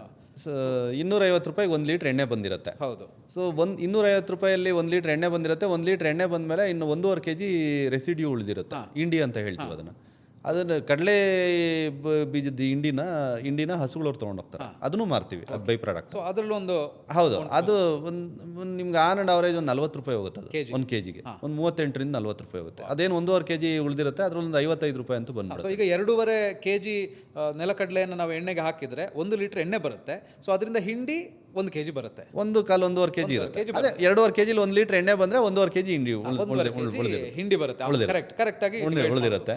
1.5 kg ಅಂತಿದ್ರೆ 40 ರೂಪಾಯಿ kgಗೆ ಅಂತ ಹೇಳಿದ್ರೆ ಒಂದು 60 ರೂಪಾಯಿ ಅದರಲ್ಲಿ ಬರುತ್ತೆ. 55-60 ರೂಪಾಯಿ ಬರುತ್ತೆ. ಈಗ 250 ರೂಪಾಯಿ ಮೈನಸ್ 60 ರೂಪಾಯಿ ಮಾಡಬೇಕು, ಅವಾಗ 190 ರೂಪಾಯಿ ಆಗುತ್ತೆ ಅಲ್ವಾ? ಸೊ 190 ರೂಪಾಯಿ ನಿಮಗೆ ಆಯಿಲ್ ಕಾಸ್ಟ್, ಸೀಡ್ ಕಾಸ್ಟ್. ಅದಾದ್ಮೇಲೆ ಓವರ್ ಹೆಡ್ಸ್. ಹೌದು, ಓವರ್ ಹೆಡ್ಸ್ ನೀವು ಹೇಗೆ ಓವರ್ ಹೆಡ್ಸ್ ನಿಮ್ದು ರೆಂಟ್ ಎಲ್ಲ ಏನಿದೆ ಅನ್ನೋದ್ರ ಮೇಲೆ ಡಿಪೆಂಡ್ ಆಗುತ್ತೆ. ನಂದು ಹೇಳೋದಾದ್ರೆ ಒಂದು 30-40 ರೂಪಾಯಿ ಆಗ್ಬಿಡುತ್ತೆ 1 ಲೀಟರ್ಗೆ. 40 ರೂಪಾಯಿ ಆಗುತ್ತೆ. 40 ರೂಪಾಯಿ ಅಂತ 190 ಪ್ಲಸ್ 40 ರೂಪಾಯಿ ಅಂತ ಹೇಳಿದ್ರೆ 230 ರೂಪಾಯಿ ಆಗುತ್ತೆ. ಸೊ ಒಂದು ಅಂದಾಜು 230 ರೂಪಾಯಿ ನಿಮಗೆ 1 ಲೀಟ್ರು ಕಡಲೆ ಎಣ್ಣೆಯನ್ನು ರೆಡಿ ಮಾಡೋದಕ್ಕೆ ಬೇಕಾಗುತ್ತೆ. 230 ರೂಪಾಯಿ ಕಾಸ್ಟಿಂಗ್ ಆಗಿರುತ್ತೆ. ಪ್ಲಸ್ ಅದಕ್ಕೆ ಒಂದು ಬಾಟ್ಲ್ ಹಾಕ್ಬೇಕು ನಾವು ಹೌದು ಪ್ಯಾಕಿಂಗ್ಗೆ. ಹೌದು ಒಂದು ಬಾಟ್ಲ್ ಕಾಸ್ಟ್ ನೀವು ವರ್ಜಿನ್ ಪ್ಲಾಸ್ಟಿಕ್ ಚೆನ್ನಾಗಿರೋ ಪ್ಲಾಸ್ಟಿಕ್ ಯೂಸ್ ಮಾಡ್ತೀರಾ ಅಂತಂದ್ರೆ ಒಂದು 15 ರೂಪಾಯಿ ಆಗುತ್ತೆ 1 ಲೀಟರ್ ಬಾಟ್ಲ್. ಬಾಟ್ಲಿಗೆ 13ರಿಂದ 15 ರೂಪಾಯಿ ಆಗುತ್ತೆ ಒಂದು ಚೆನ್ನಾಗಿರೋ ಪ್ಲಾಸ್ಟಿಕ್ ಬಾಟ್ಲ್ ಅಂದರೆ. ಒಂದು 15 ರೂಪಾಯಿ ಪ್ಲಾಸ್ಟಿಕ್, ಒಂದು ಸ್ಟಿಕ್ಕರ್, ಏನೂ ಇಲ್ಲ ಅಂತಂದರೆ ಅದು ಪ್ರೆಸೆಂಟೇಷನ್ ಚೆನ್ನಾಗಿರಲ್ಲ. ಬ್ರ್ಯಾಂಡ್ ಮಾಡಿ ನೀವು ಒಂದು ಲೇಬಲ್ ಹಾಕ್ಬೇಕಂದ್ರೆ ಅದೊಂದು 2-3 ರೂಪಾಯಿ ಆಗುತ್ತೆ.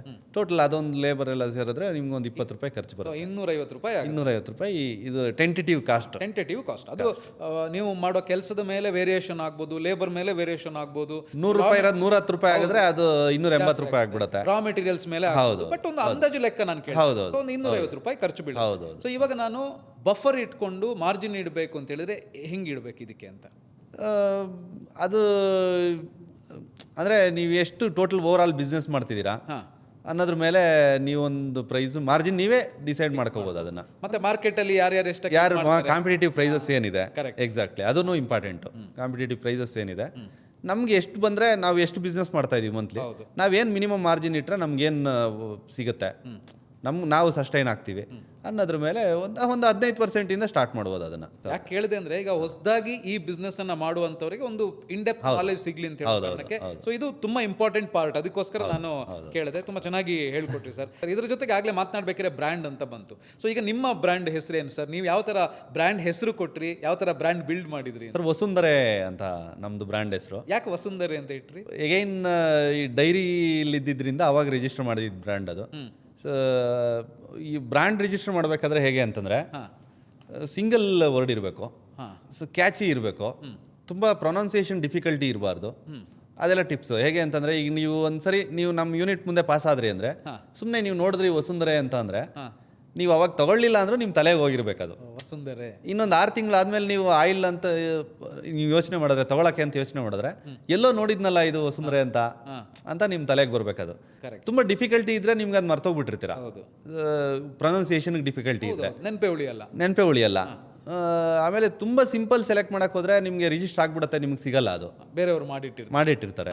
ಯಾರು ಇಲ್ಲ ಅಂದ್ರೆ ನಿಮ್ಗೆ ಅದು ಆ ಕ್ಲಾಸಲ್ಲಿ ನೀವೇನು ಬಿಸ್ನೆಸ್ ಮಾಡ್ತೀರಾ ಆ ಕ್ಲಾಸಲ್ಲಿ ಯಾರು ಇಲ್ಲ ಅಂದ್ರೆ ನಿಮ್ಗೆ ರಿಜಿಸ್ಟರ್ ಆಗೋದು. ಅದು ಇಲ್ಲ ಅಂದ್ರೆ ರಿಜಿಸ್ಟರ್ ಆಗಲ್ಲ. ವಸುಂಧರೆ ಅಂತ ಹೇಳುವಂತ ಹೆಸರನ್ನ ನೀವು ಡಿಸೈಡ್ ಮಾಡ್ಬೇಕಾದ್ರೆ ಎಷ್ಟು ಟೈಮ್ ತಗೊಂಡ್ರಿ? ಹೇಗೆ ಡಿಸೈಡ್ ಮಾಡಿ? ಒಂದು 2 ತಿಂಗಳು ಟೈಮ್ ತಗೊಂಡ್ವಿ. ಸೊ ಒಳ್ಳೆ ಅಂದ್ರೆ ಭೂಮಿ ಅಂತ ಹೆಸರು ಬರುತ್ತೆ. ಸೊ ಪ್ರೊನೌನ್ಸಿಯೇಷನು ಚೆನ್ನಾಗಿರುತ್ತೆ, ನೋಡೋಕ್ಕೂ ಚೆನ್ನಾಗಿರುತ್ತೆ.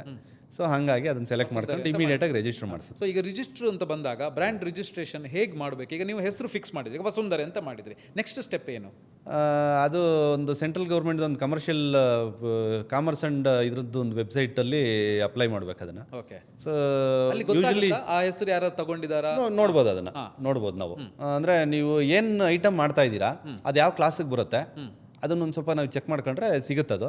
ಆ ಕ್ಲಾಸಲ್ಲಿ ಆ ಹೆಸರಲ್ಲಿ ಯಾರಾದರೂ ಇದ್ದಾರಾ ಇಲ್ವಾ ನೋಡ್ಕೋಬೋದು ಮೊದಲೇ. ಸರ್ ಇದು ನೀವೇ ಮಾಡಿದ ಅಥವಾ ನೀವು ಬೇರೆ ಯಾರ ಹತ್ರ ಇದು ಮಾಡಿಸಿದ ಸರ್? ಇದು ಅಪ್ಲೈ ಮಾಡೋದು ನಾವೇ ಬೇಸಿಕ್ಸ್ ಮಾಡಿದ್ವಿ. ಸೊ ಆಮೇಲೆ ಅದು ಒಂದು ಸ್ವಲ್ಪ 2-3 ಹಿಯರಿಂಗು ಆಯಿತು ನಮ್ಮದು. ಆ ಸಿಮಿಲರ್ ಒಂದಷ್ಟು ಸ್ಪೆಲ್ಲಿಂಗ್ ಅದೇ ಹೋಲಾ ಅಂತ ಹೆಸರುಗಳು ಇದ್ದಿದ್ದರಿಂದ ಅದು ಕೋರ್ಟ್ಗೆ ಹೋಗಿ ಹಿಯರಿಂಗ್ ಎಲ್ಲ ಆಯಿತು 1-2-3. ಸೊ ಫೈನಲಿ ರಿಜಿಸ್ಟರ್ ಆಯಿತು. ಒಬ್ರು ಅಡ್ವೊಕೇಟ್ ಮಾಡಿಕೊಟ್ರು ನಮಗೆ. Super. But better advocate through. ಹೌದು. ಸ್ಟಾರ್ಟಿಂಗ್ ಯಾರಾದರೂ ಅಫಿಷಿಯಲ್ ಹತ್ರ CAಗಳು ಮಾಡ್ತಾರೆ, ಅಡ್ವೊಕೇಟ್ಸ್ ಮಾಡ್ತಾರೆ. ಒಂದು ಕ್ಲಾಸ್ದು ನೀವು ರಿಜಿಸ್ಟರ್ ಮಾಡಬೇಕಂದ್ರೆ ಗೌರ್ಮೆಂಟ್ ಫೀಸ್ ಒಂದು 5,000 ಏನೋ ಇರುತ್ತೆ. ಅವ್ರು ಒಂದು 2-3 ಸಾವಿರ ಒಂದು ಫೀಸ್ ಚಾರ್ಜ್ ಮಾಡ್ತಾರೆ. ಒಂದು 10,000 ಆಗುತ್ತೆ ಒಂದು ಕ್ಲಾಸ್ ಇದ್ರೆ. ನೀವು ಅಡಿಷನಲ್ ಕ್ಲಾಸಸ್ ಅಂದರೆ ಹೇಗೆ ಅಂದರೆ ಇವಾಗ ನಾನು ಆಯಿಲ್ ಮಾಡ್ತಿದ್ದೀನಿ, ಆಯಿಲ್ ಒಂದು ಕ್ಲಾಸ್ ಇರುತ್ತೆ. ನಾನು ಹನಿ ಮಾಡ್ತೀನಿ, ಹನಿ ಇನ್ನೊಂದು ಕ್ಲಾಸ್ಗೆ ಹೋಗುತ್ತೆ, ಅವಾಗ ಆ ಕ್ಲಾಸು ರಿಜಿಸ್ಟರ್ ಮಾಡ್ಕೋಬೇಕಾಗುತ್ತೆ. ಸೊ ಹಾಗೆ ಈಗ ಒಂದು ಬ್ರ್ಯಾಂಡ್ ಅಡಿಯಲ್ಲಿ ಏನೇನು ಮಾಡ್ತೀರಿ ಅಂತ ಹೇಳಿದ್ರೆ ಮೊದಲೇ ನೀವು ಮೆನ್ಷನ್ ಮಾಡ್ಬೋದು. ಅದರಲ್ಲಿ ನೀವು ಏನೇನು ಐಟಮ್ ಮೆನ್ಷನ್ ಮಾಡ್ಬೇಕು ಎಲ್ಲನೂ ಮಾಡ್ಬೋದು. ಸೊ ಅಡಿಷನಲ್ ಕ್ಲಾಸಸ್ ಆದಂಗೆಲ್ಲ ನಿಮ್ಗೆ ಫೀಸ್ ಜಾಸ್ತಿ ಆಗ್ತಾ ಹೋಗುತ್ತೆ. ಬಟ್ ಈಗ ಅಡ್ವೊಕೇಟು ಅಥವಾ CA ಹತ್ರ ಹೋದ್ರೆ ಅವರೇ ಅದನ್ನ ಗೈಡ್ ಮಾಡ್ತಾರೆ. ನೀವೇನು ಐಟಮ್ ಅಂತ ಹೇಳಿದ್ರೆ ಅವರು ಆ ಐಟಮ್ಸ್ದು ಆ ನೇಮಲ್ಲಿ ಎಕ್ಸಿಸ್ಟಿಂಗ್ ಇದಾರಾ ಇಲ್ವಾ, ಇದ್ರೆ ರಿಜಿಸ್ಟರ್ ಆಗಿದೆಯಾ, ರಿಜಿಸ್ಟರ್ ಆಗಿಲ್ವಾ, ಅವ್ರದ್ದು ರಿಜೆಕ್ಟ್ ಆಗಿದೆಯಾ, ಎಲ್ಲ ಸ್ಟೇಟಸ್ ಸಿಗುತ್ತೆ. ಅದೆಲ್ಲ ಸಿಗುತ್ತೆ. ತಿಂಗಳು ಬೇಕಾಗುತ್ತೆ ಸರ್ ರಿಜಿಸ್ಟರ್ ಆಗಲಿ? ಇಲ್ಲ, ಇದು ಹೇಗೆ ಅಂತಂದ್ರೆ ನೀವು ಅಪ್ಲಿಕೇಶನ್ ಆಗ್ತಿದ್ದಂಗೆ ಅಪ್ಲಿಕೇಶನ್ ಆಕ್ಸೆಪ್ಟ್ ಆದ್ರೆ ನೀವು TM ಅಂತ ಹಾಕೋಬಹುದು, ಟ್ರೇಡ್ ಮಾರ್ಕ್ ಅಂತ ಹಾಕೋಬಹುದು. ನಿಮಗೆ ರಿಜಿಸ್ಟರ್ ಆಗೋಕ್ಕೆ ಒಂದು 8ರಿಂದ 10 ತಿಂಗಳು ತೊಗೊಳುತ್ತೆ. ಹೌದು, ಅದು ಅಡ್ವರ್ಟೈಸ್ಗೆ ಹೋಗುತ್ತೆ. ಅದು ಯಾರಾದರೂ ಎಕ್ಸಿಸ್ಟಿಂಗ್ ಇದ್ದರೆ ಅವ್ರು ಆಬ್ಜೆಕ್ಷನ್ ಮಾಡೋದಕ್ಕೆ ಅದೊಂದು ಬಫರ್ ಟೈಮ್ ಇರುತ್ತೆ. 8 ತಿಂಗಳು ಯಾರು ಇಲ್ಲ ಅಂದರೆ ಆಟೋಮೆಟಿಕಲಿ ಅದು ರಿಜಿಸ್ಟರ್ ಆಗುತ್ತೆ. ಅದಕ್ಕೇನು ಶಾರ್ಟ್ ಕಟ್ ಇಲ್ಲ, ಯಾರ ಹತ್ರನೂ ಹೇಳೋದು ಗೀಳೋದು ಏನೂ ಇಲ್ಲ. ಅದಕ್ಕೆ ಆಟೋಮೆಟಿಕಲಿ ಅದು ಆ ಟೈಮಲ್ಲಿ ಅದು ರಿಜಿಸ್ಟರ್ ಆಗಿಬಿಡುತ್ತೆ. ಸರ್ತಿ ರಿಜಿಸ್ಟರ್ ಆದಮೇಲೆ ಮತ್ತೆ ಏನು ಕೆಲಸ ಇರುತ್ತೆ ನೆಕ್ಸ್ಟು? ಅದಕ್ಕೊಂದು ವ್ಯಾಲಿಡಿಟಿ ಕೊಟ್ಟಿರ್ತಾರೆ, ನಿಮ್ಗೊಂದು 10 ವರ್ಷನೋ 12 ವರ್ಷನೋ ಏನೋ ಕೊಟ್ಟಿರ್ತಾರೆ.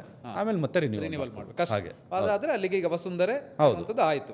So ಅದರ ಅಡಿಯಲ್ಲಿ ನಾನೇನು ಕ್ಲಾಸ್ ಕೊಟ್ಟಿರ್ತೀನಿ ಅದನ್ನೆಲ್ಲ ನಾನು ಮಾಡ್ಕೋಬೋದು, ಇನ್ನೊಬ್ರು ಮಾಡೋ ಹಂಗಿಲ್ಲ ಅದೇ ಹೆಸರಲ್ಲಿ. ಸರ್, ಇವಾಗ ಫುಡ್ ಪ್ರಾಡಕ್ಟ್ಸ್ ಅನ್ನು ಮಾಡ್ತಾ ಇರೋದ್ರಿಂದ ಅಂದರೆ ಫುಡ್ ರಿಲೇಟೆಡ್ ಆಗಿರೋದ್ರಿಂದ ಆಯಿಲ್ ಕೂಡ ಏನೇನು ಲೈಸೆನ್ಸ್ ಪರ್ಮಿಷನ್ ತಗೋಬೇಕಾಗುತ್ತೆ ಸರ್? ಸೊ ಒಂದು ಬೇಸಿಕ್ಸ್ ನಿಮಗೆ ಯಾವಾಗಲೇ ಮಾತಾಡ್ದಂಗೆ ಜಿ ಎಸ್ ಟಿ ಬೇಸಿಕ್ಸ್ ಎಲ್ಲಕ್ಕೂ.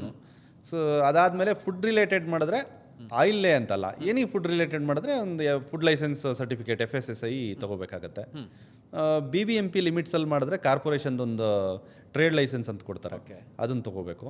ಸೊ ವೆಯ್ಟ್ಸ್ ಆ್ಯಂಡ್ ಮೆಜರ್ಸ್ದೊಂದು ಸರ್ಟಿಫಿಕೇಶನ್ ಕೊಡ್ತಾರೆ, ಅಂದರೆ ಸ್ಕೇಲ್ಸ್ ಇರುತ್ತೆ, ಅದೆಲ್ಲ ಸ್ಕೇಲ್ಸ್ ಕ್ಯಾಲಿಬ್ರೇಟ್ ಆಗಿದೆಯಾ ಕರೆಕ್ಟಾಗಿ, ನಾನು ಕರೆಕ್ಟಾಗಿ ಕೊಡ್ತಾ ಇದ್ದೀನಿ, ಅರ್ಧ kg ಅಂದ್ರೆ ಹೌದು ಅದ್ರದ್ದೊಂದು ಸರ್ಟಿಫಿಕೇಟ್ ಕೊಡ್ತಾರೆ. ಸೊ ಲೇಬರ್ ಒಂದು ರಿಜಿಸ್ಟ್ರೇಷನ್ ಇರುತ್ತೆ ಲೇಬರ್ ಡಿಪಾರ್ಟ್ಮೆಂಟಿಂದ, ಒಂದು ಬೇಸಿಕ್ಸು, ಅಂದರೆ ಒಂದು ಸೆಟಪ್ ರಿಜಿಸ್ಟ್ರೇಷನ್ ಅಂತ ಅವರೊಂದು ಕೊಡ್ತಾರೆ. ಸೊ ಇಷ್ಟು ಲೈಸೆನ್ಸ್ ಬೇಸಿಕ್ ಆಗಿ ಬೇಕಾಗುತ್ತೆ. ಸೊ ಇದು ಬಹುಶಃ ನೀವು ಲೋನಿಗೆ ಅಪ್ಲೈ ಮಾಡ್ತೀರಿ ಅಂತ ಹೇಳಿದ್ರೆ ಇದೆಲ್ಲ ಕೊಡಬೇಕೇನು? ಆವಾಗಲೇ ಲೋನ್ಗೆ ಅಪ್ಲೈ ಮಾಡೋವಾಗ ಇದೆಲ್ಲ ಕೊಡಬೇಕಾಗತ್ತೆ. ಲೋನ್ಗೆ ಹೋಗ್ಲಿಲ್ಲ ಅಂದ್ರೂ ನೀವು ಬೇಸಿಕ್ಸ್ ಇದೆಲ್ಲ ತಗೊಳ್ಳೇಬೇಕು. ಎಸ್. ಈಗ ಬ್ರ್ಯಾಂಡ್ ಮಾಡುವಾಗ, ಬ್ರ್ಯಾಂಡಿಂಗ್ಗೆ ಹೋಗುವಾಗ ಇದೆಲ್ಲ ಬೇಕಾಗುತ್ತೆ. ಅಲ್ಲೂ ಕೇಳ್ತಾರೆ. ಟ್ರೇಡ್ ಮಾರ್ಕ್ ರಿಜಿಸ್ಟ್ರೇಷನ್ಸ್ಗೆ ನಿಮಗೆ ರೆಂಟಲ್ ಅಗ್ರಿಮೆಂಟು GST ಅಷ್ಟೇ ಕೇಳ್ತಾರೆ. ಹೌದು. ಫೈನ್. ಸೊ ಟೋಟಲ್ ಆಗಿ ಒಂದು ಬ್ರ್ಯಾಂಡ್ ಹೆಂಗೆ ಇದು ಮಾಡೋದು ಅಂತೇಳಿ ತಿಳಿಸ್ಕೊಟ್ರಿ ಸರ್. ಸೊ ಇವಾಗ ವಸುಂಧರೆ ಅಂತ ಹೇಳುವಂಥದ್ದು ಬ್ರ್ಯಾಂಡ್ ಆಗಿದೆ, ಹೇಗೆ ಅನಿಸ್ತದೆ ಸರ್ ನಿಮಗೆ? ಚೆನ್ನಾಗಿದೆ ಸರ್, ಈಗ 3 ವರ್ಷ ಆಯ್ತು, ಈಗ ಚೆನ್ನಾಗಿ ನಡೀತಿದೆ ಸರ್. ಇವಾಗ ಒಂದು ಆಯಿಲ್ ಮಿಲ್ ಬಿಸ್ನೆಸ್ಸನ್ನು ಸ್ಟಾರ್ಟ್ ಮಾಡಿ, ಒಂದು ಮಷೀನಿಂದ ಸ್ಟಾರ್ಟ್ ಮಾಡಿ, ಕಡಿಮೆ ಜಾಗದಲ್ಲಿ ಸ್ಟಾರ್ಟ್ ಮಾಡಿ, ಕಡಿಮೆ ಇನ್ವೆಸ್ಟ್ಮೆಂಟ್ ಹಾಕಿ ಯಾವ ಥರ ಒಂದು ಬ್ರ್ಯಾಂಡ್ ಬಿಲ್ಡ್ ಮಾಡ್ಬೋದು, ಏನೇನು ಲೈಸೆನ್ಸ್ ಪರ್ಮಿಷನ್ ತಗೋಬೇಕು, ಬ್ರೇಕ್ ಇವನ್ ಆಗೋದಕ್ಕೆ ಎಷ್ಟು ಟೈಮ್ ಬೇಕು ಅಂತ ಹೇಳುವಂಥದ್ದನ್ನೆಲ್ಲ ನೀವು ಹೇಳಿದ್ರಿ. ಸೊ ಈ ಬಿಸ್ನೆಸ್ಸನ್ನು ಯಾರು ಬೇಕಾದರೂ ಮಾಡ್ಬೋದಾ, ಅಥವಾ ಏನಾದರೂ ಎಕ್ಸ್ಪೀರಿಯನ್ಸ್ ತಗೊಂಡೇ ಮಾಡಬೇಕು ಅಂತ ಏನಾದ್ರು ಇದೆಯಾ? ಸೊ ಯಾರು ಬೇಕಾದರೂ ಮಾಡ್ಬೋದು. ಸೊ ಮೆಷಿನ್ ಆಪರೇಷನ್ಸ್ ಅವರೇ ಮಾಡ್ತಾರೆ ಅಂತಂದರೆ ಒಂದು ಸ್ವಲ್ಪ ಲೇಡೀಸ್ಗೆ ಹ್ಯಾಂಡಲ್ ಮಾಡೋದು ಕಷ್ಟ ಆಗ್ಬೋದು ಮೆಷಿನ್ ಆಪರೇಷನ್ಸ್. ಅದರ್ವೈಸ್ ಬೇರೆ ಎಲ್ಲ ಅವ್ರು ನೋಡ್ಕೋಬೋದು, ಪ್ಯಾಕಿಂಗು ಮತ್ತು ಬೇರೆ ಕೆಲಸಗಳೆಲ್ಲ ಮಾಡ್ಬೋದು. ಸರ್, ಈಗ ಪ್ಯಾಕಿಂಗ್ ಅಂತ ಹೇಳುವಾಗ ಒಂದು ವಿಷಯ ಬಂತು ಸರ್. ಯಾವ ಥರ ನೀವು ಪ್ಯಾಕಿಂಗ್ ಮಾಡ್ತೀರಾ? ಅದಕ್ಕೂ ಏನಾದ್ರು ಮಷಿನ್ ಇಟ್ಕೊಂಡಿದ್ದೀರಾ? ಹೆಂಗೆ? ಮೆಷಿನ್ ಪ್ಯಾಕಿಂಗ್ಸ್ ಬರುತ್ತೆ, ನಾವು ಸದ್ಯಕ್ಕೇನು ಇಟ್ಕೊಂಡಿಲ್ಲ, ಮ್ಯಾನ್ಯಲ್ ಪ್ಯಾಕಿಂಗೇ ಮಾಡ್ತಿದ್ದೀವಿ. ಬಾಟ್ಲುಗಳಿಗೆ ಪ್ಯಾಕಿಂಗ್ ಮೆಷಿನ್ಸ್ ಎಲ್ಲ ಬರುತ್ತೆ. ಸೊ ಅಷ್ಟು ಎಷ್ಟೇ ಆರ್ಡರ್ ಬಂದರೂ ಕೂಡ ಬೈ ಹ್ಯಾಂಡೇ ಮಾಡ್ತೀವಿ? ಮ್ಯಾನ್ಯಲ್ ಮಾಡ್ತೀವಿ. ಜಾಗ ಇಲ್ಲ ಈಗ ಮೆಷಿನ್ ಪ್ಯಾಕಿಂಗ್ ಮೆಷಿನ್ ಹಾಕೋದಕ್ಕೆ ಜಾಗ ಇಲ್ಲ ನಮ್ಮಲ್ಲಿ ಸದ್ಯಕ್ಕೆ. ಸೊ ಮ್ಯಾನ್ಯಲ್ ಪ್ಯಾಕಿಂಗೇ ಮಾಡ್ತಾರೆ. ಬಟ್ ಅದೊಂದು ವರ್ತ್ ಅಂತ ಅನ್ಸುತ್ತೆ ನಿಮಗೆ? Mostly further ಹೋಗ್ಬೇಕಾಗ್ಬೋದು. ಸರ್, ಇವಾಗ ಇಷ್ಟೆಲ್ಲ ತಿಳಿಸ್ಕೊಟ್ರಿ, ಯಾರು ಬೇಕಾದರೂ ಈ ಬಿಸ್ನೆಸ್ಸನ್ನು ಸ್ಟಾರ್ಟ್ ಮಾಡ್ಬೋದಾ ಅಂತ? ಸೊ ಮಾಡ್ಬೋದು ಸರ್, ಯಾರು ಬೇಕಾದರೂ ಮಾಡ್ಬೋದು. ಈ ಹೆಲ್ತ್ ಕಾನ್ಶಿಯಸ್ ಇರೋದ್ರಿಂದ ಜನ ತುಂಬ ಯೂನಿಟ್ಸ್ ಆಗ್ತಿದೆ. ಈಗ ನೀವು ನೋಡ್ಬೋದು, ಒಂದು ಲಾಸ್ಟ್ 2-3 ವರ್ಷದಲ್ಲಿ ಬೆಂಗಳೂರಲ್ಲೇ ತುಂಬ ಗಾಣಗಳು ಓಪನ್ ಆಗಿದೆ. ಪ್ಲಾನ್ ಇಲ್ಲದೆ ಒಂದಷ್ಟು ಫೋರ್ಕ್ಯಾಸ್ಟ್ ಇಲ್ದಂಗೆ ಒಂದಷ್ಟು ಕ್ಲೋಸು ಆಗಿರ್ಬೋದು, ಇಲ್ಲ ಅಂತಲ್ಲ. ಬಟ್ ತುಂಬ ಯೂನಿಟ್ಸ್ ಸಸ್ಟೈನ್ ಆಗಿದೆ. ಯಾರು ಬೇಕಾದರೂ ಮಾಡ್ಬೋದು. ಸ್ಟಾರ್ಟಿಂಗಲ್ಲಿ ಅವರೇ ನಿಂತು ಮಾಡಿದ್ರೆ ಮಾತ್ರನೇ ಅದಾಗೋದು.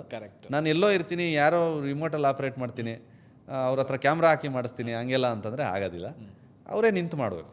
ಸೂಪರ್. ಸೊ ಇವಾಗ ನಿಮ್ಗೆ ಏನು ಅನ್ಸುತ್ತೆ ಸರ್? ನೀವು ಎಲೆಕ್ಟ್ರಿಕ್ ಇಂಜಿನಿಯರಿಂಗ್ ಮಾಡಿದ್ರಿ, ಅದಾದಮೇಲೆ ಕೆಲಸ ಮಾಡ್ತಾಯಿದ್ರಿ, ಅದಾದಮೇಲೆ ಒಂದು 3 ಬಿಸ್ನೆಸ್ ಮಾಡಿ ಕೈ ಸುಟ್ಕೊಂಡ್ರಿ, ಅಷ್ಟಾದಮೇಲೆ ಆಯಿಲ್ ಮಿಲ್ ಬಿಸ್ನೆಸ್ ಮಾಡಿ ಇವತ್ತು ಸಕ್ಸಸ್ ಆಗಿದ್ದೀರಾ, ಒಂದು ಬ್ರ್ಯಾಂಡನ್ನು ಕಟ್ಟಿದ್ದೀರಾ. ಸೊ ಇವತ್ತು ಆ ಹಿಂದಿನ ಜರ್ನಿ ಮತ್ತು ಇವತ್ತಿನದು ನೋಡಿದ್ರೆ ನಿಮಗೇನು ಅನ್ಸುತ್ತೆ ಸರ್? ಸೊ ಖುಷಿ ಆಗುತ್ತೆ ಸರ್.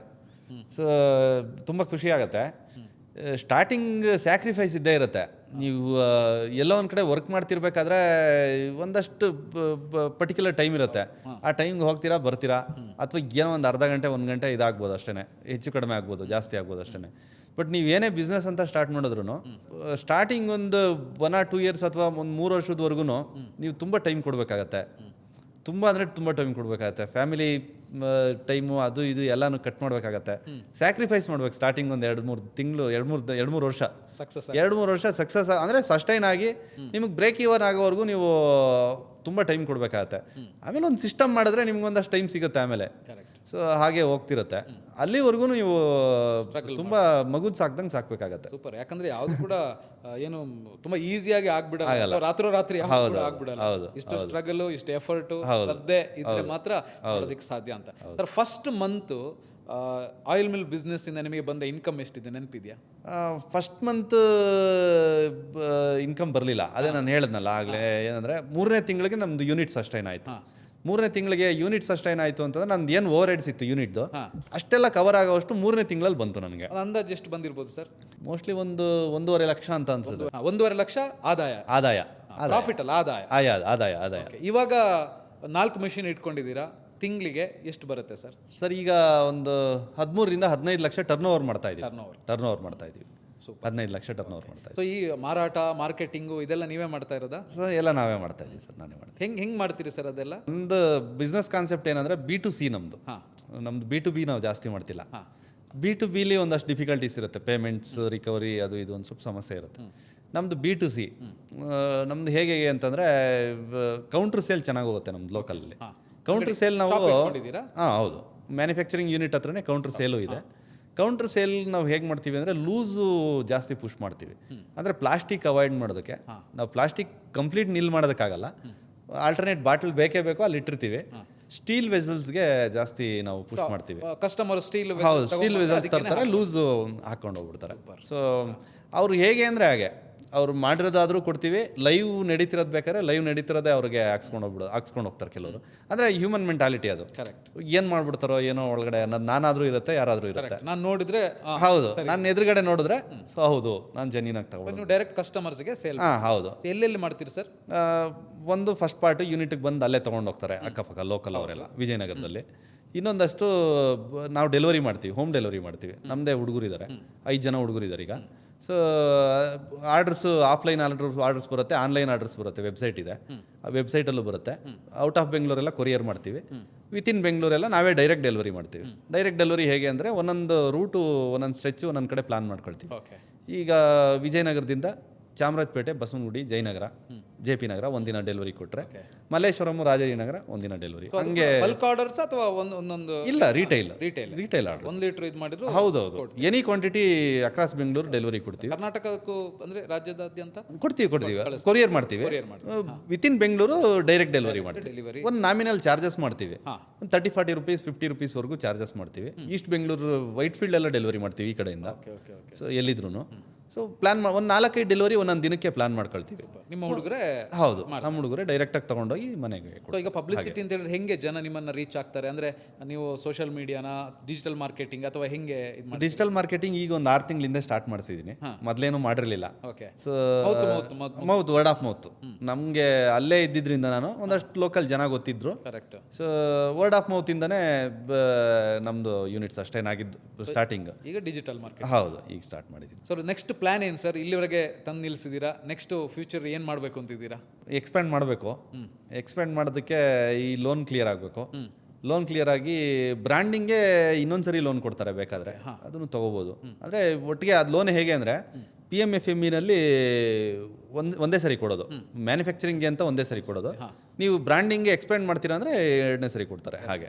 ಸೊ ಲೋನ್ ಕ್ಲಿಯರ್ ಆಗಬೇಕು. ಇನ್ನು ಕ್ಲಿಯರ್ ಆದಮೇಲೆ ಮತ್ತೇನು ಒಂದಷ್ಟು ಮೆಷಿನ್ಸ್ ಬ್ರ್ಯಾಂಡಿಂಗ್ಗೆ ತೊಗೊಂಡು ಒಂದು ಸ್ವಲ್ಪ ಎಕ್ಸ್ಪ್ಯಾಂಡ್ ಮಾಡಿ ಇನ್ನೊಂದಷ್ಟು ಮಷಿನ್ಸ್ ಹಾಕಬೇಕು. ಹೌದು, ಮೆಷಿನ್ಸ್ ಅಲ್ಲ ಹಾಕೋಕ್ಕಾಗೋದಿಲ್ಲ ನಮ್ಮ ಯೂನಿಟಲ್ಲಿ. ಈಗ ಬ್ಯಾಕಪ್ ಯೂನಿಟ್ ಮಾಡಬೇಕು, ಅದಕ್ಕೆ ಹೊರಗಡೆ ಎಲ್ಲಾದರೂ ಬ್ಯಾಕಪ್ ದೊಡ್ಡದಾಗಿ ಮಾಡಬೇಕು. ದೊಡ್ಡದಾಗಿ ವಸುಂಧರೆ ಆಯಿಲ್. ಹೌದು ಸರ್, ಹೌದು ಹೌದು. ಸೂಪರ್.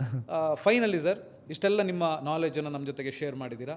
ಈಗ ಹೊಸದಾಗಿ ಆಯಿಲ್ ಮಿಲ್ ಬಿಸ್ನೆಸ್ಸನ್ನು ಸ್ಟಾರ್ಟ್ ಮಾಡಬೇಕು ಅನ್ನೋರಿಗೆ ನಿಮ್ಮ ಟಿಪ್ಸು, ಸಲಹೆ, ಸಜೆಷನ್ಸು ಏನು ಸರ್?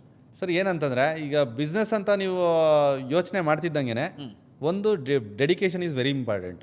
ಡೆಡಿಕೇಶನ್ ಯಾರೇನಾದರೂ ಹೇಳಲಿ, ನಿಮಗೆ ಬಿಸ್ನೆಸ್ ಅಂತ ಹೋದರೆ ನಿಮ್ಗೆ ಪಾಸಿಟಿವ್ಗಿನ ನೆಗೆಟಿವೇ ಜಾಸ್ತಿ ಹೇಳೋರು ಇರ್ತಾರೆ. ಮನೆಯವರಾಗಲಿ, ಫ್ರೆಂಡ್ಸ್ ಆಗಲಿ, ಅಕ್ಕಪಕ್ಕದವರಾಗಲಿ ನೆಗೆಟಿವೇ ಜಾಸ್ತಿ ಹೇಳ್ತಾ ಇರ್ತಾರೆ. ನೀವು ಕಾನ್ಫಿಡೆಂಟ್ ಆಗಿದ್ದೀರಾ, ನೀವು ಮಾಡ್ತೀರಾ ಅಂತ ಅನಿಸ್ತಾ ಇದೆಯಾ, ನೀವು ಯಾರ ಮಾತು ಕೇಳಿಸ್ಕೋಬಾರ್ದು ಅಷ್ಟೇ. ಸೊ ನೀವು ಫರ್ಮ್ ಆಗಿರ್ಬೇಕು ಅಷ್ಟೇ. ನಾನು ಮಾಡೇ ಮಾಡ್ತೀನಿ ಅನ್ನಂಗಿರಬೇಕು. ಆಮೇಲೆ ಯಾವುದು ಎನಿ ಬಿಸ್ನೆಸ್, ಆಯಿಲ್ ಮಿಲ್ಲೇ ಅಂತಲ್ಲ, ಯಾವುದಾದ್ರೂ ಬಿಸ್ನೆಸ್ ಆಗಲಿ ನೀವು ಸ್ಟಾರ್ಟ್ ಮಾಡ್ತಿದ್ದಂಗೆ ಫಸ್ಟ್ ತಿಂಗಳೇ ಲಾಭ ಬಂದುಬಿಡ್ತದೆ ಅಂತಲ್ಲ. ಸೊ ಕಾಯಬೇಕು, ಪ್ರಚಾರ ಆಗಬೇಕು, ಜನಕ್ಕೆ ಗೊತ್ತಾಗಬೇಕು, ನಿಮ್ಮ ಹತ್ರ ನೀವು ಜೆನ್ಯೂನ್ ಆಗಿದ್ದೀರಾ ಅಂತ ಗೊತ್ತಾಗಬೇಕು, ನಂಬಿಕೆ ಬರಬೇಕು. ಸ್ಟಾರ್ಟಿಂಗ್ ಬರ್ತಿದ್ದಂಗೆ ತೊಗೊಳ್ತಾರೆ ಅಂತಲ್ಲ. ಸೊ ಬರ್ತಾರೆ, ಒಂದ್ಸರಿ ನೋಡ್ಕೊಂಡು ಹೋಗ್ತಾರೆ, ಕರೆಕ್ಟಾಗಿ ಮಾಡ್ತಿದ್ದೀರಾ ಅಂತ ನೋಡ್ತಾರೆ. ಸೊ ಅವ್ರಿಗೆ ನಂಬಿಕೆ ಬಂದಮೇಲೆ 2ನೇ ಸರಿನೋ 3ನೇ ಸರಿನೋ ಬೈ ಮಾಡ್ತಾರೆ. ಅದಕ್ಕೊಂದಷ್ಟು ಟೈಮ್ ತೊಗೋಬೋದು, ಒಂದು 5-6 ತಿಂಗಳು ತೊಗೋಬೋದು. 5-6 ತಿಂಗಳು ಪೇಷೆಂಟಾಗಿ ಕೂತ್ಕೋಬೇಕು ನೀವು. ವ್ಯಾಪಾರ ಆಗಲಿಲ್ಲ ಅಂತಂದ್ರೂ ಯಾವುದು ನಾನು ಮಾಡ್ತೀನಿ, ಸಕ್ಸಸ್ ಆಗ್ತೀನಿ ಅನ್ನೋ ಕಾನ್ಫಿಡೆಂಟಲ್ಲಿ ಪಾಸಿಟಿವ್ ಆಗಿಯೇ ಕೂತ್ಕೋಬೇಕು, ಮಾಡಿದರೆ ಸಕ್ಸಸ್ ಆಗ್ಬೋದು. Thank you sir, thank you very much ನಿಮ್ಮ ಪ್ರೀಷಿಯಸ್ ಟೈಮಿಗೆ. ಅದೇ ಥರ ಇಷ್ಟು ವರ್ಷಗಳ ಅಗಾಧವಾದಂಥ ಈ ಬಿಸ್ನೆಸ್ಸಲ್ಲಿ ನಿಮ್ಮ ನಾಲೆಜ್ ಏನಿದೆ ಅದನ್ನು ನೀವು ಶೇರ್ ಮಾಡಿದ್ದೀರಾ. Once again sir, thank you sir. Thank you sir. Savings, investment, ವೈಯಕ್ತಿಕ ಹಣಕಾಸಿನ ಬಗ್ಗೆ ಕಲ್ತ್ಕೋಬೇಕಾ? ಹಾಗೇನೆ ನೀವೇನಾದ್ರೂ ಬಿಸ್ನೆಸ್ ಸ್ಟಾರ್ಟ್ ಮಾಡಬೇಕು ಅಂತ ಹೇಳುವಂತ ಯೋಚನೆಯಲ್ಲಿದ್ದರೆ, ಬಿಸ್ನೆಸ್ ಸ್ಟಾರ್ಟ್ ಮಾಡೋದು ಹೇಗೆ, ಯಾವ ಬಿಸ್ನೆಸ್ ಮಾಡ್ಬೋದು ಅನ್ನೋದನ್ನ ತಿಳ್ಕೋಬೇಕಾ? ಹಾಗಿದ್ರೆ ಈಗಲೇ ಬಾಸ್ವಾಲಾ ಆ್ಯಪನ್ನು ಡೌನ್ಲೋಡ್ ಮಾಡಿ. ಕೇವಲ 999 ರೂಪಾಯಿಗೆ 590ಕ್ಕೂ ಹೆಚ್ಚು ಕೋರ್ಸ್ಗಳನ್ನು ನೀವಿಲ್ಲಿ ನೋಡ್ಬೋದು. ವರ್ಷ ಇಡೀ ನೋಡ್ಬೋದು. ಮತ್ತ್ಯಾಕ್ ತಡ, ಡಿಸ್ಕ್ರಿಪ್ಷನ್ ನಲ್ಲಿ ಲಿಂಕ್ ಹಾಕಿರ್ತೀನಿ. ಈಗಲೇ ಬಾಸ್ವಾಲಾ ಆ್ಯಪನ್ನು ಡೌನ್ಲೋಡ್ ಮಾಡಿ. Thank you. ಸೊ ನೋಡಿದ್ರಲ್ಲ ಉದ್ಯಮಿ ಶ್ರೀನಿವಾಸ್ ಅವರ ಈ ಜರ್ನಿಯನ್ನು. ಬಹುಶಃ ಅವರು ಶೇರ್ ಮಾಡಿದಂಥ ಈ ನಾಲೆಜ್ ಏನಿದೆ ಇದನ್ನು ನೋಡಿಕೊಂಡು, ಇದರ ಬಗ್ಗೆ ನೀವು ತಿಳ್ಕೊಂಡು ನೀವು ಕೂಡ ಬಿಸ್ನೆಸ್ ಮಾಡಿ ಸಕ್ಸಸ್ ಆಗೋದಕ್ಕೆ ಸಾಧ್ಯ. All the best. ಬಾಸ್ವಾಲಾ, ಬಿ ದ ಬಾಸ್.